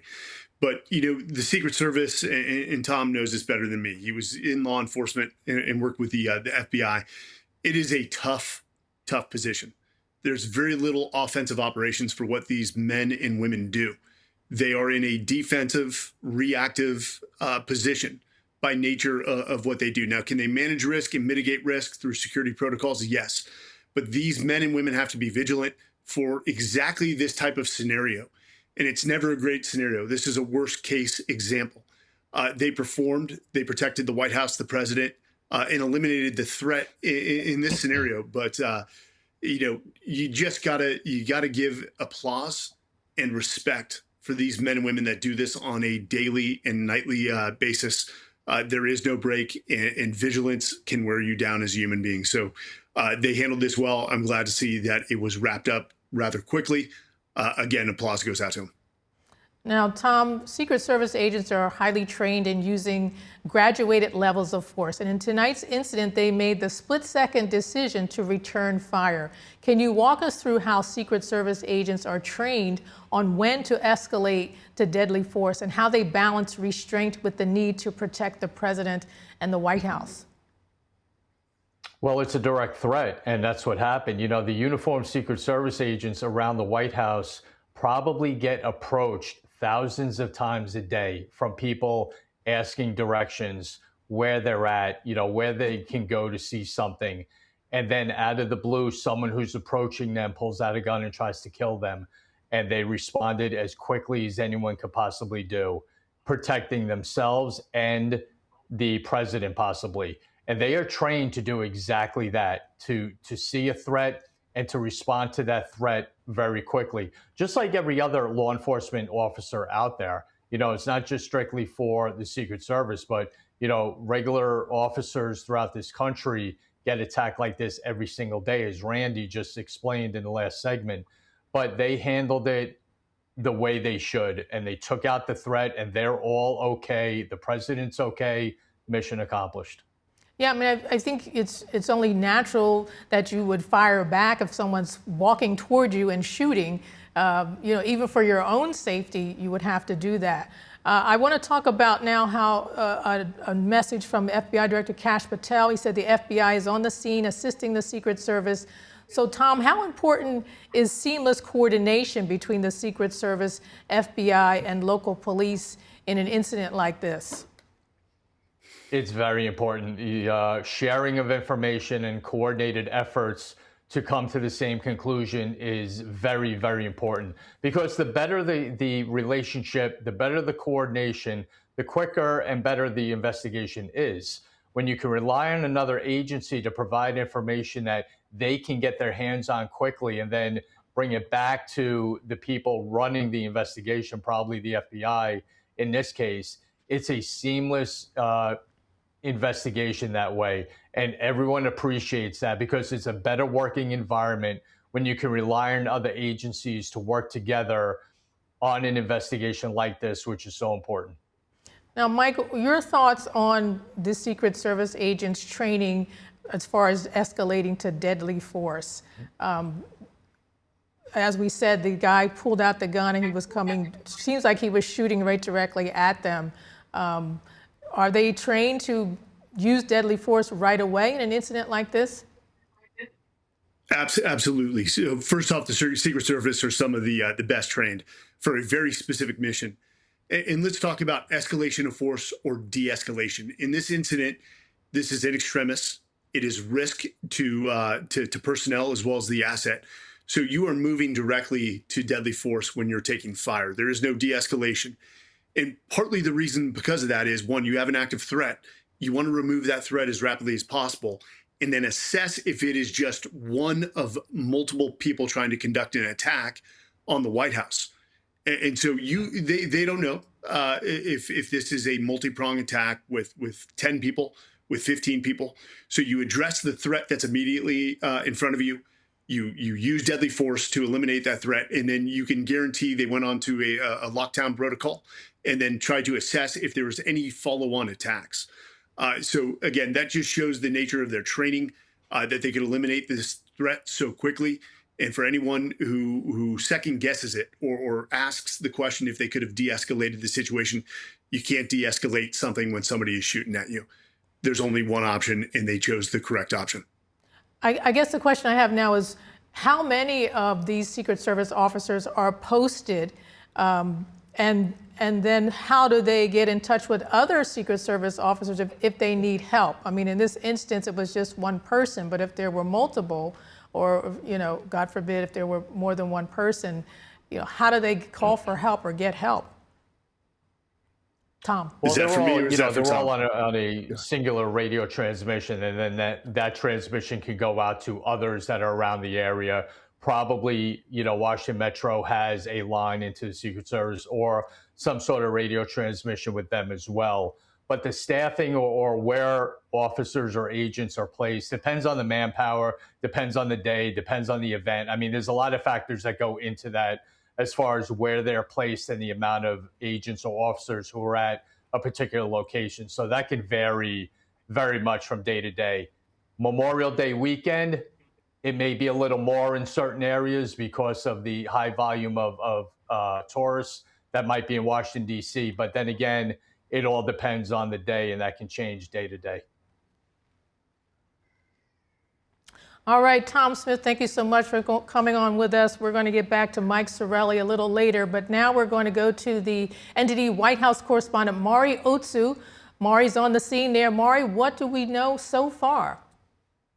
Hey, Arlene, good evening to you. So I'm here just one block up from the Eisenhower building, which is where shots, I wasn't on the scene, but colleagues reported shots ringing out. They say dozens, maybe up to 30 at around 6:15 p.m. And that's actually the press entrance here. So if you'll see behind me, we still have a lot of police, Secret Service agents. FBI was on the scene here. There's lots of National Guard. And for blocks, as you can see here, up north of the White House, too, all of the roads are still closed off. And to add some color, there are just still, interested bystanders here. We know that this is Memorial Day weekend, so tourists were flocking. And Lafayette Park in the White House is something certainly interested tourists would want to see. Also, we got a lid at 5:06 today from the White House. A lid means that we don't expect to hear from the president after that's been called. Press no longer needs to be on standby. They can disperse. Now, of course, with President Trump, we never know. We could be called back in. We need to stay looking at Truth Social if those circumstances change. But when those shots first rang out, we're seeing it was captured in some White House reporters' live shots there at around 6:15. They were told to immediately hold in the. I think we lost Mari. She was there. We had some updates about what she's seeing on the scene there. She showed us some of the streets are still blocked off, even though they have let the reporters come out of lockdown. It appears that the investigation is continuing. She showed us the area, and she talked about what happened earlier today. She wasn't there, but she said there was something called a lid around 5:06, meaning that there would be no more reporting for the president. But apparently there were White House reporters still there because you never know when something's going to happen. So that's probably who was rushed into lockdown at the time that this incident occurred. She's back there now because, as she said, when something happens, they're called back. We don't know what's going to happen next. We know that there's an investigation happening now. The FBI is there working with the Secret Service. And we just had a statement come out from the Majority Leader, John Thune, on X, saying he's grateful for the Secret Service and the agents' decisive actions to protect President Trump. Okay, Mari's back. Mari, you want to continue with your report? Hey, Arlene, sorry about that. Yeah, I got a call, but at about 5 p.m., I was saying we got a lid here, which meant that We weren't expecting to see the president again, but it had been broadcasted.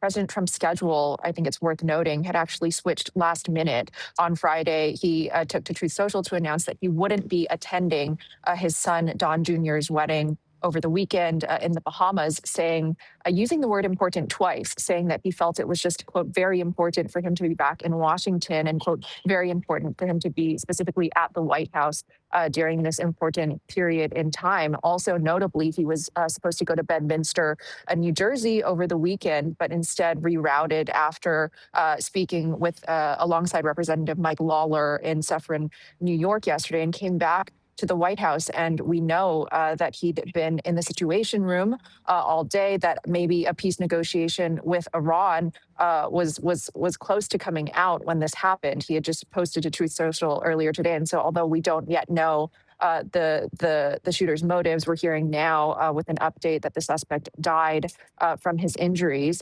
It is, I think, worth noting that it was very much broadcast that the president was here. Arlene. Now, Mari, you were at the White House Correspondents' Dinner when that incident occurred.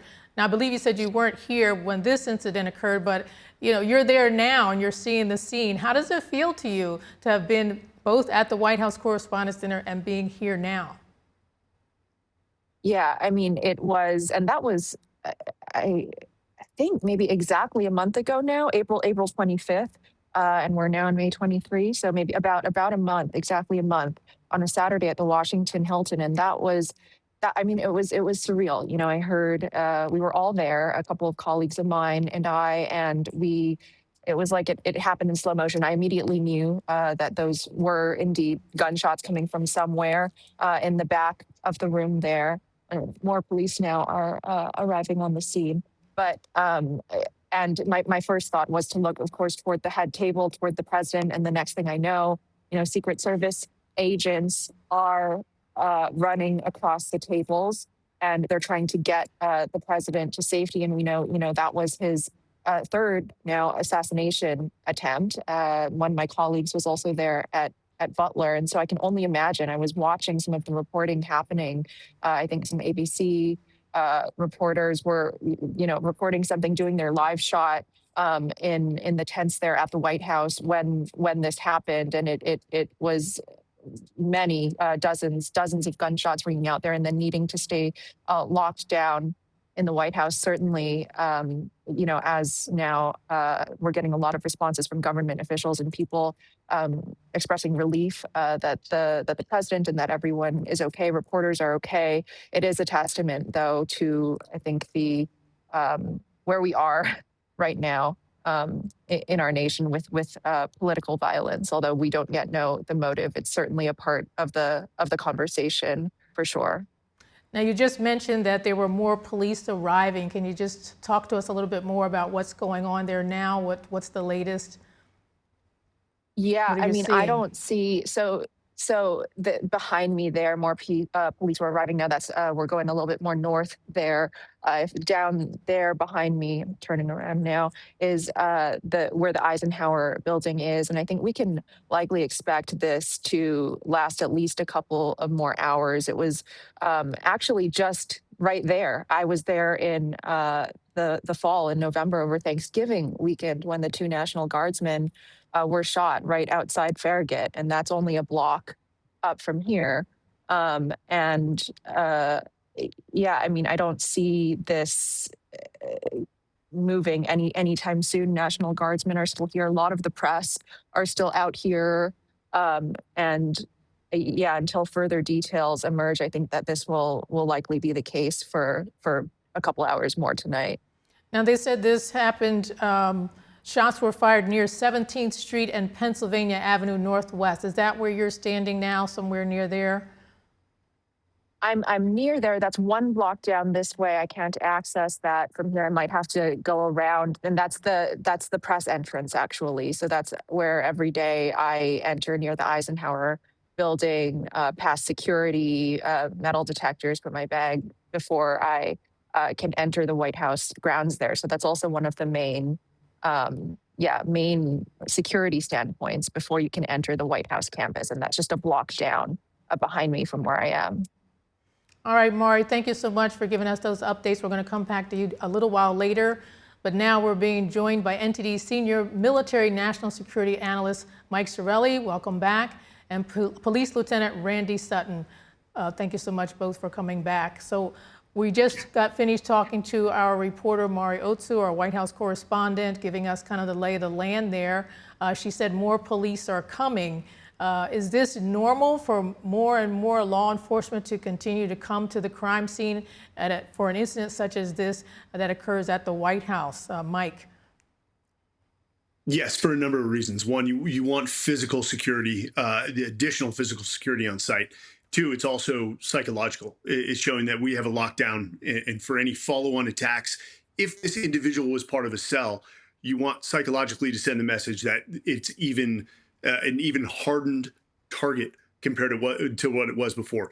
Why the FBI is moving so rapidly on this is they want to get as much information as possible. There's, as we say, a ton of unknowns here. And ultimately, we want to close the loop on a lot of those questions. Namely, was this person part of a more coordinated effort? Was this a singular attack, or was he part of a cell that could be leading more attacks down the other road? So that is generally why law enforcement, the FBI, are going to move as rapidly as possible to not only define if there's potentially more attacks, but what were the motivations? Was there funding involved? Was there foreign cells involved? There's a lot of questions they need to move on quickly, and hence that is why they're moving with speed. Now I want to read the statement from Senate Majority Leader John Thune. He posted on X, grateful for the Secret Service and the agents' decisive actions to protect President Trump and everyone at and around the White House this evening. Kimberly and I are praying for the safety and security of those who were in harm's way. Now, Randy, our reporter, Mari, had said that the roads were still blocked off. She was showing us different streets and different angles. It looks like it's going kind of far because she was about a block away from where this apparently occurred.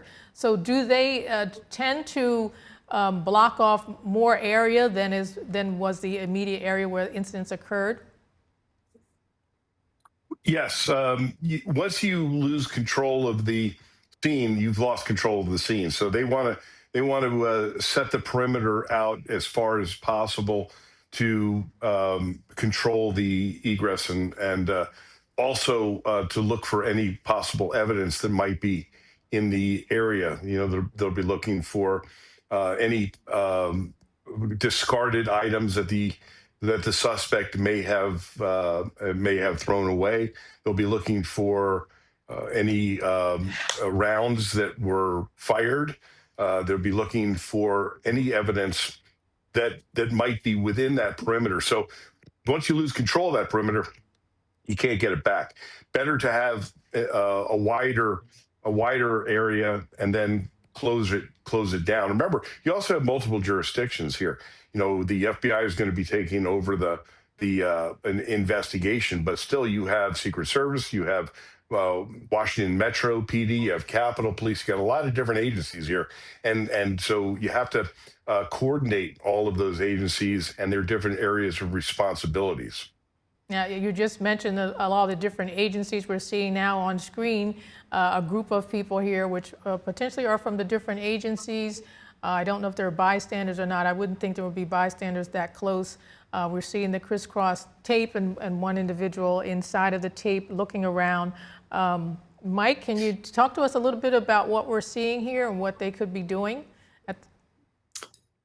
Yes, absolutely. So this is part of the follow-on investigation. One, the sensitive site exploitation. They're going to be very sensitive with this evidence. One, they don't want to contaminate it for possible clues to lead to any follow-on investigations. But to the gentleman's point, the cooperation between this many entities has only strengthened since 9/11, where there used to be very concrete silos. Our organizations, all three-letter agencies, all law enforcement, work very well together now because they each bring different strengths and they overlap each other's weaknesses. And they know together, collectively, that they can close the loop on the questions that they have, the evidence that they have, and ultimately, frame up why this was conducted, the motivations behind it, if there's anything that requires further investigation. But always love to see multiple organizations on site working together to bring all of their capabilities to bear in an incident like this. Now we have another statement. This one's from Speaker Mike Johnson. He says, "We are grateful for our brave Secret Service agents who took quick, decisive action to protect President Trump, and our prayers are with the victims of tonight's senseless shooting for a speedy recovery. Our law enforcement officers run into harm's way each day to keep us safe, and they deserve our unwavering support." Randy, your response to that? Well, I couldn't agree more. I wish that it didn't take an act of violence and seeing our law enforcement in harm's way to get the attention of our political leadership. The fact of the matter is that when you see an incident like this take place with the visibility in front of the White House, it really brings to bear the harsh realities of law enforcement, and that is that they are in harm's way. They are the uniformed, especially the uniformed officers. They are the most visible aspects of our government. And of course, they are the law enforcement. They are the law enforcement. So they are open targets. And they have to, here's the thing. When you're involved in a critical incident, especially a gunfight like took place here today, you're reactive. The individual who made the attack today, who opened fire on these officers first, he knew what he was going to do. The law enforcement officers have to react to that, and there's always a danger, because in reacting to a critical incident like this, the suspect has the advantage when it comes down to opening fire first. And happily, in this particular instance, the officers acted professionally. They acted with skill, and they were able to bring the suspect down without any harm to themselves. Of course, we got to find out about the individual who was shot. Was he shot by the suspect, or was he hit by gunfire from the returning gunfire from the officers? This is always another one of the critical issues of law enforcement. You have to be very aware of your backdrop when you're opening fire, and when people are shooting at you, that is a lot easier said than done.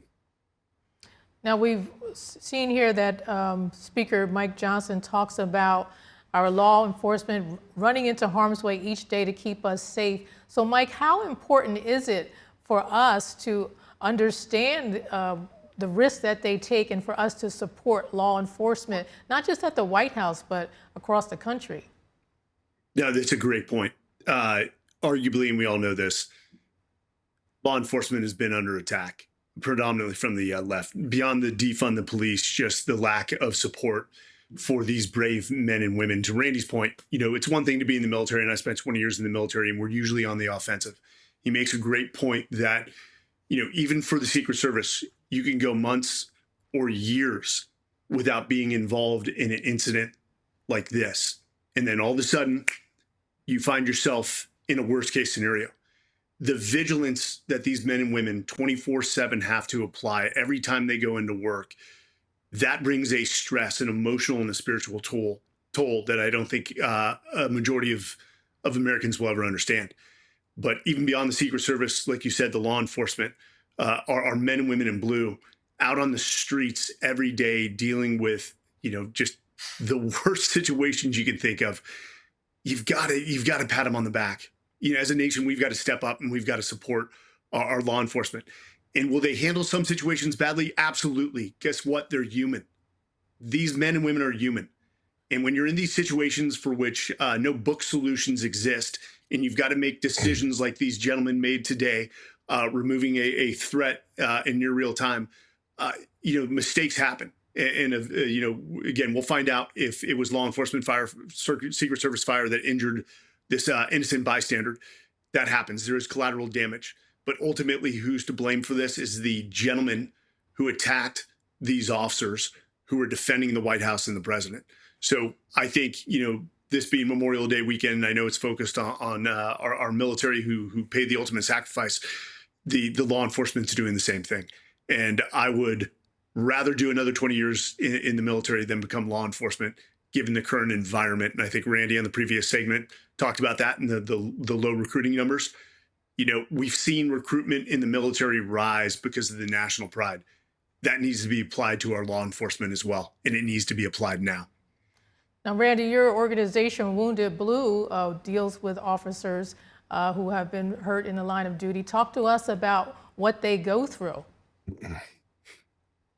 Yeah, my organization is a nationwide charity that is made up of all cops who have been shot, stabbed, beaten, run over, face serious injury, either physical or emotional, psychological, and work with other officers to help them deal with their injuries. We do life-changing and life-saving stuff. When I see the true impact of the violence towards our law enforcement, I see it in up close and personal.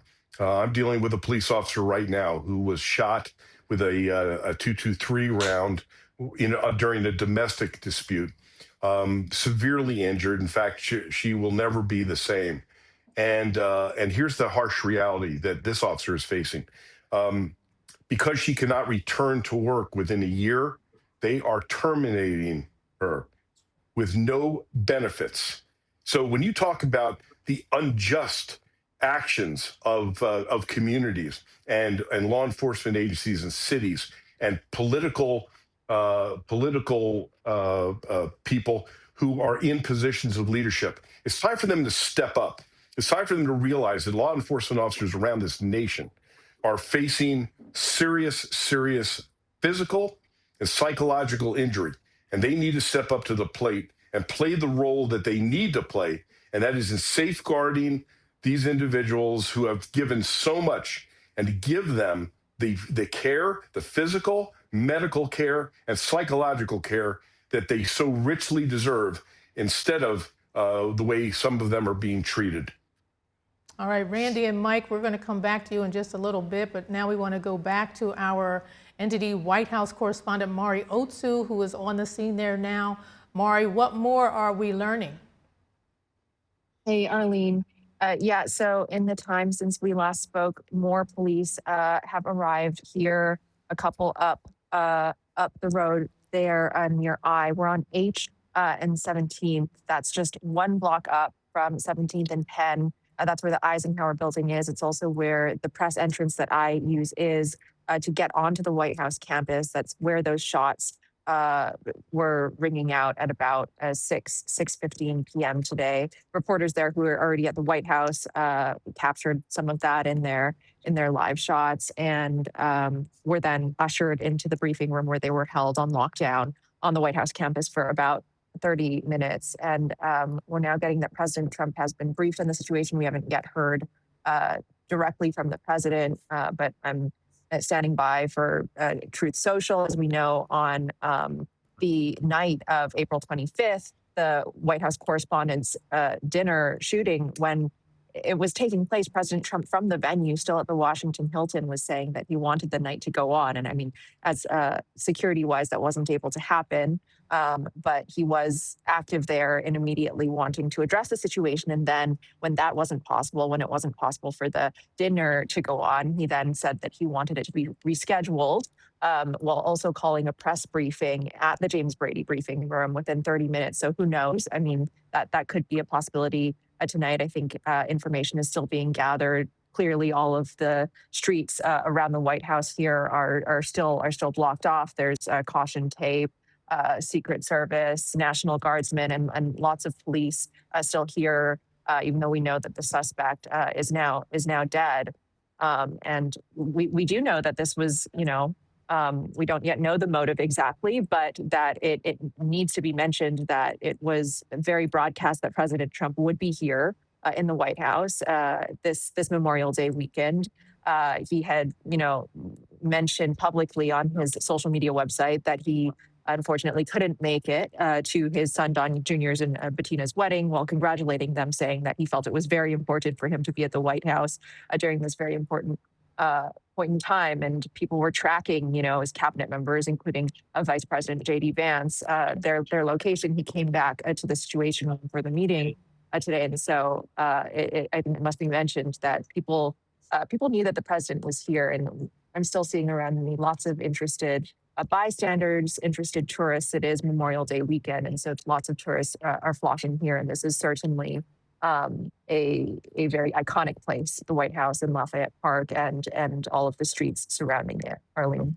All right, Mari, thank you so much for that update. And we're going to go back now to Mike Sorelli and Randy Sutton to get their comments on the latest. Mike, I know you have to go soon, so I want to get your comments on what we just heard from our reporter Mari Otsu about what's going on there on the ground. She mentioned that President Trump has been briefed, and they're just kind of waiting around to see if he's going to hold a press conference or not. What are your thoughts on that? My thoughts are President Trump has been briefed on these way too many times for any president. This is becoming a reoccurring incident with President Trump. Now, I think ultimately to the motivation, that's the key question. You always want to deal with what you know and what you don't know. And there's a lot we don't know in this situation because dead men don't talk. We can't interrogate this individual. And I think the two primary things we want to know in terms of motives is, was this a lone wolf, whether it be politically motivated from the left, or was this a potential act of terrorism and they had financing, support, or training from a foreign terrorist cell? And that's the two questions they're going to try to close the loop on as rapidly as possible. But back to my original point, I think we Americans are getting tired with the amount of attempts that have been taken on President Trump's life. This is becoming an epidemic. It's not a singular act here and there. This is becoming an epidemic. And if it is politically motivated, the left has a real issue with their far-leaning, fanatical, progressive left members. And the left needs to address this. The right can't solve it. Only the left can. With their rhetoric, with what they're promoting, stop calling people Nazis. And that's what's extremely troublesome to me. Mike, I know you have to go, so before you leave, I want to get your final thoughts on this, given that it is Memorial Day weekend. Yeah, I think that makes it even it stings a little more. I'm glad that the law enforcement, the Secret Service in this case, is okay. I'm glad they eliminated the threat as rapidly as they did. That is a testament to their training. That's a testament to the character of these men and women. And again, my prayers go out to this innocent bystander that was struck. We'll learn more about that as the information comes in. Hopefully they are still alive. And if they are, we wish a speedy recovery. Unfortunately, when you have incidents like this, instigated by this perpetrator, it's unfortunate when innocent bystanders, the collateral damage, as we say, happens. And that's a byproduct of it. Same thing at war. But I cannot applaud the Secret Service and the law enforcement enough. And, as we wait, more information will come out to close the motivation behind this. But I can't thank you guys enough for having me. And again, God bless our men and women in blue. All right, Mike Sorelli, thanks so much for coming on. Thank you. Okay, Randy, I want to go back to you. We have a statement here from a Democratic lawmaker that condemns political violence. Congresswoman Betty McCollum from Minnesota. She says, "I'm grateful for the swift response by Secret Service to the shooting that took place near the White House this evening. The sudden rise in political violence we have seen in recent years is unacceptable. We must unite behind a common belief that our differences should be resolved at the ballot box." What's your comment to that? Amen. Thank you. I appreciate that comment from her. And I wish that we would hear more from the Democratic leadership and members of the Senate and the Congress, echoing those sentiments. I was just in Washington, D.C. last week for National Police Week. And that was a very that was a very spiritual time for the American law enforcement officer. Thousands of police officers descended on Washington, D.C. to pay homage to those men and women who have given their lives in the line of duty. And I was literally on that corner where this took place during my time in Washington, D.C. And it was a moment when I was there on the National Mall when I witnessed about 20,000 American law enforcement officers raise candles while the names of the officers who were killed in the line of duty last year were read aloud. And I can tell you that the American law enforcement community is solidly behind every one of these men and women who were forced to defend their lives today. And they understand that tomorrow it may be them that that is forced to use their firearms to save either their own lives, the lives of the community that they serve, or anyone in the political machine. All right, Randy, we're going to show some footage now of officers responding to the incident. If we take a look at it here, we want to get your response to what we're seeing. It looks like it's one of the injured people that they're helping. I don't know if it's the suspect or if it's the bystander. Okay, well, I'm being told it's the bystander. What is your reaction to what we're seeing? Yeah, I would say it's the bystander because if it was a suspect, they'd have handcuffs on him. First thing you do when you have a suspect who is down is you have to make sure that that individual is secured. So that looks to me like they are trying to take care of someone who was an innocent. You know, this is part of the harsh reality of law enforcement, and that is that when you are in a critical incident, and that's what we call things like a gunfight, a shooting is all comes under the umbrella of critical incident.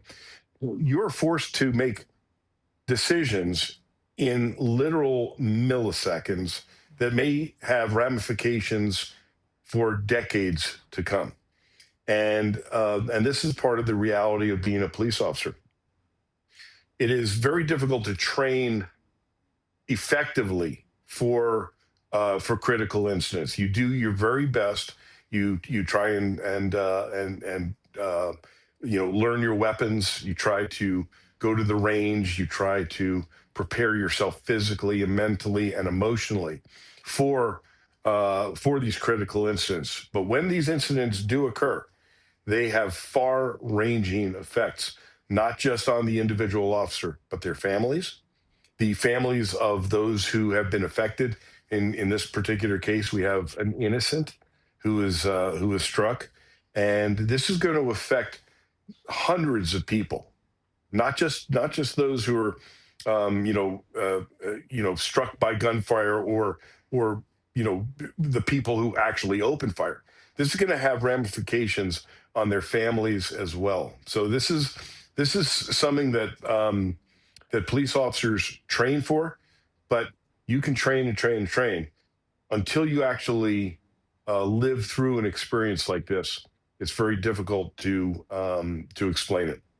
Yeah, and as you say, they have to make a split-second decision. They have to react quickly, and we know this is Memorial Day weekend. As our reporter Mario Otsu said, there are a lot of people milling around there now. They're curious. They're tourists, maybe maybe locals as well. They start to gather around. They want to see what's going on, and we don't know how many people were out there when this incident happened. But if people are in the way and you're trying to protect the White House and the president, unfortunately, these kinds of things can happen. Now, I want to go over another statement that we have here from New York City Mayor Zohran Mamdani. He says, "I'm horrified that gunshots have been fired near the White House and grateful to the Secret Service for their swift response. There is no room for political violence in our democracy." What's your response to his reaction? Nice and appropriate words. Now, we talked earlier That's what I'm going to say. Okay. We talked earlier about some of the comments that some of the Democrats have made, even after the White House Correspondents' Dinner. In some ways, I feel like they were blaming President Trump for these things that are happening.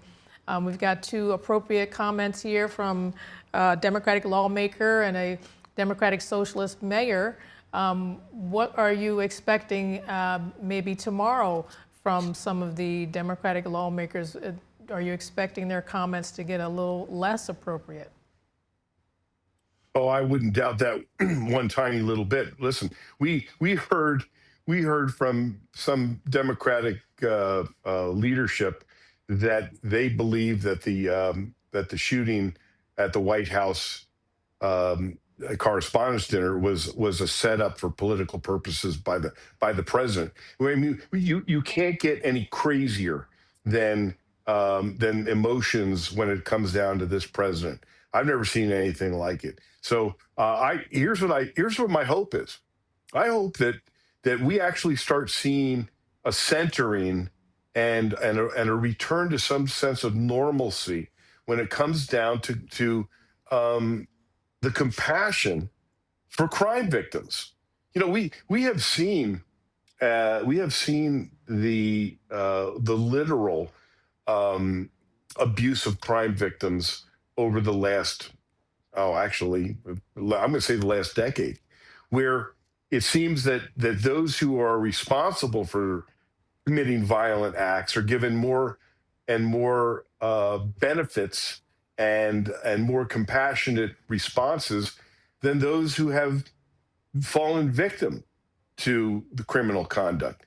And we have seen in all reality, we have seen a diminishment of consequences for crime, for violence. We've seen the rewarding in many ways of people who commit acts of violence. And we've seen rhetoric from the left that seems to condemn law enforcement and their responses, and instead condemning them for taking actions against the criminal conduct that they are sworn to protect against.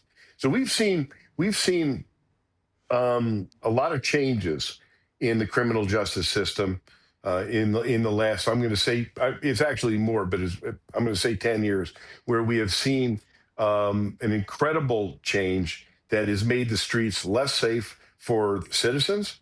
In this particular case, less safe for the President of the United States as well.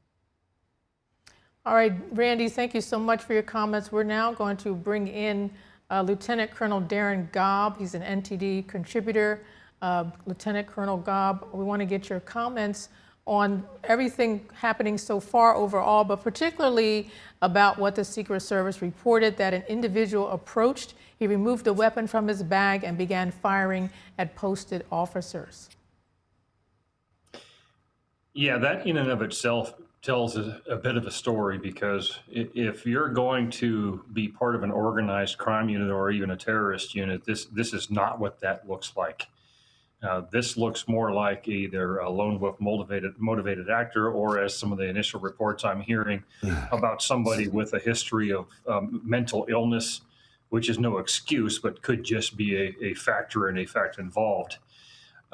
And so ultimately what it comes down to is you've got a person who's going to throw some rounds out of a pistol at the White House, which is one of the most defended buildings on the planet, frankly, a place that I have worked, where I've worked with the Secret Service. I'm familiar with how the area is secured from the visible to the invisible. And if you're going to do that, and that's all you're going to do, your odds of success are near zero. So the reporting is yet to determine, motivations and exact ID, things like that. But I suspect you're going to find out that this person probably had some issues, may have been motivated by some of the things he's heard in the news, or a lone wolf style person. But how they did it meant that they kind of knew that there was very little to no chance of any kind of success other than to get some notoriety and attention. Now, Randy and I were talking earlier about some of the responses from a Democratic lawmaker, Betty McCollum, Congresswoman Betty McCollum, and also from the New York City Mayor, Zohran Mamdani. He said that they were, appropriate comments to make. But in your opinion, do you think that the comments could escalate as the days go on? Because we did hear some more inappropriate, maybe, comments made by some of the Democratic lawmakers after the Washington White House Correspondents' Dinner. Yeah, it wouldn't surprise me if they did. They're looking for anything often just to be able to cast aspersions on what happened and try to blame somebody other than the actual perpetrator of the crime. That's an unfortunate reality in our nation these days, and it's not purely a Democrat thing. Obviously, both parties at times can be a part of this if they're not careful. So I think for these officials to come out and say something this early and appropriate is at least a decent start, but I wouldn't put it past the usual, I guess, cast of characters to start turning this into something that it is not, especially if the information isn't right there up front in front of everybody all the time, because people are just going to fill in what they don't know on their own and turn it into something that it isn't, and all too often. And then they're going to try to use it to score political points, to try to get on camera or something like that. I certainly hope it doesn't happen. It does a disservice to those who are in charge of the security around the White House and to those who responded. And frankly, it can do a bit of a disservice potentially to the person who was killed and whatever the situation is there too. Often these folks talk before they know what is actual fact on the ground. All right, Randy, I know you have to get going, but before you leave, I want to get your final thoughts on this incident and what's progressed so far, given that this is Memorial Day weekend. Well, I think it's I think it's the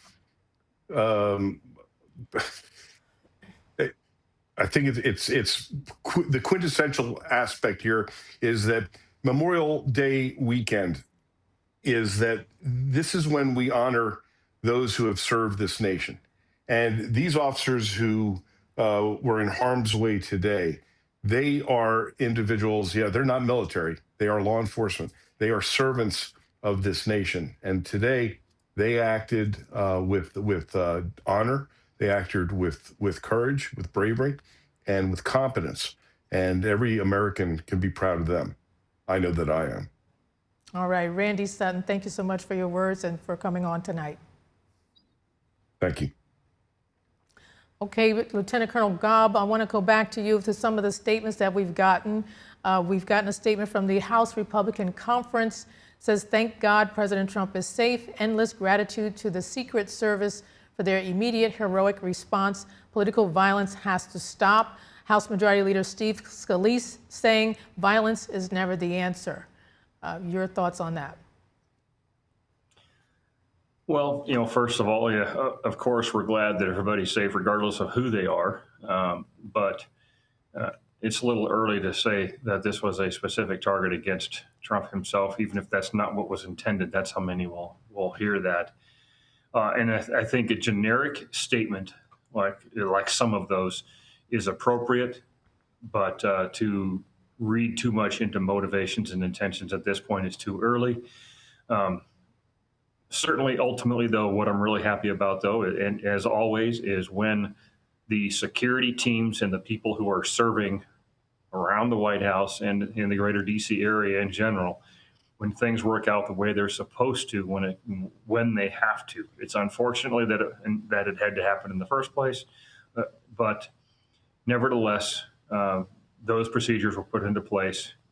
They reacted appropriately, from what I can tell, to a threat at the White House perimeter. And I think this story will be fairly short-lived after we hear about some of the facts about the person involved. We'll see. But I have no doubt we'll get some more statements coming. But so far, those are generally appropriate. And I would say that more than just President Trump, I'm glad that everybody in the White House staff and everybody around there is also safe. And as you said, we don't know whether or not President Trump was the target, but as House Majority Leader Steve Scalise said, violence is never the answer. They're saying political violence has to stop. We don't know if it was politically motivated or not, but just the fact that there's this kind of violence happening, whether it's directed at President Trump or not, do you agree that, of course, this has to stop, but what can we do? What can the president do or Congress or anyone do to stop people from continuing to just take matters in their own hands? I wish there was an easy button answer to all that, of course. But our society in general has gone down the route of accepting and oftentimes advocating violence, defending the violent, and accusing victims. That's all too frequent. So the general answer, of course, that violence is never the answer. That is true. That will always be true. But the question then becomes, what motivated them in the first place? Whether this be political violence or whether it is mental instability, and this just happened to come together at this moment, in this time, in this place, maybe. But it's unfortunate that we're at a place in our society now where there's so much hatred and advocacy for violence out there on multiple different outlets, that sometimes people play out on that, and that is unfortunate, and sadly, I don't think it's going to be the end. Now we have another statement here from Republican Congressman Brian Babin from Texas. He says, as we wait for more information, one thing is clear: the culture of political violence in this country must end. Thankful President Trump is safe and praying for everyone involved, including the innocent bystander reportedly in critical condition and the brave Secret Service agents who rushed into action. So again, a very similar response as the others that we've gotten. We talked earlier to our reporter there on the ground, Mari Otsu, about what she was seeing. She talked about how more law enforcement seemed to be coming on the scene, and she talked about President Trump being briefed about this. And we know after the White House Correspondents' Dinner incident, he did hold a press conference. Would it be appropriate for him to hold a press conference on this incident, given that he seems to be pretty busy? Now, for this one, I'd probably wait for some more of the facts to come out before I would hold a press conference by the president and use the president's time to do so. This could certainly be handled by Capitol Police or some agency if they decide to delegate to them to update people on what exactly happened. But I don't think this is going to elevate itself to an opportunity for the president to respond to this. If he does, I think it would go more down the line of continuing to push for, stopping the political violence and the rhetoric again, rather than the specifics of this incident, unless something comes out that makes it very obvious that this was completely politically motivated and this guy was motivated by somebody else to do this. Other than that, I think he's got more than enough on his plate, and I don't think he would do a press conference. All right, Lieutenant Colonel Gobb, thank you so much for coming on this evening on this short notice. We appreciate all your comments, and you have a very good evening. You too. Thank you. And that concludes our breaking news coverage of the incident that happened today at the White House. Stay tuned for more information on this tomorrow and throughout the week as the developments unfold. I'm Arlene Richards. Good night.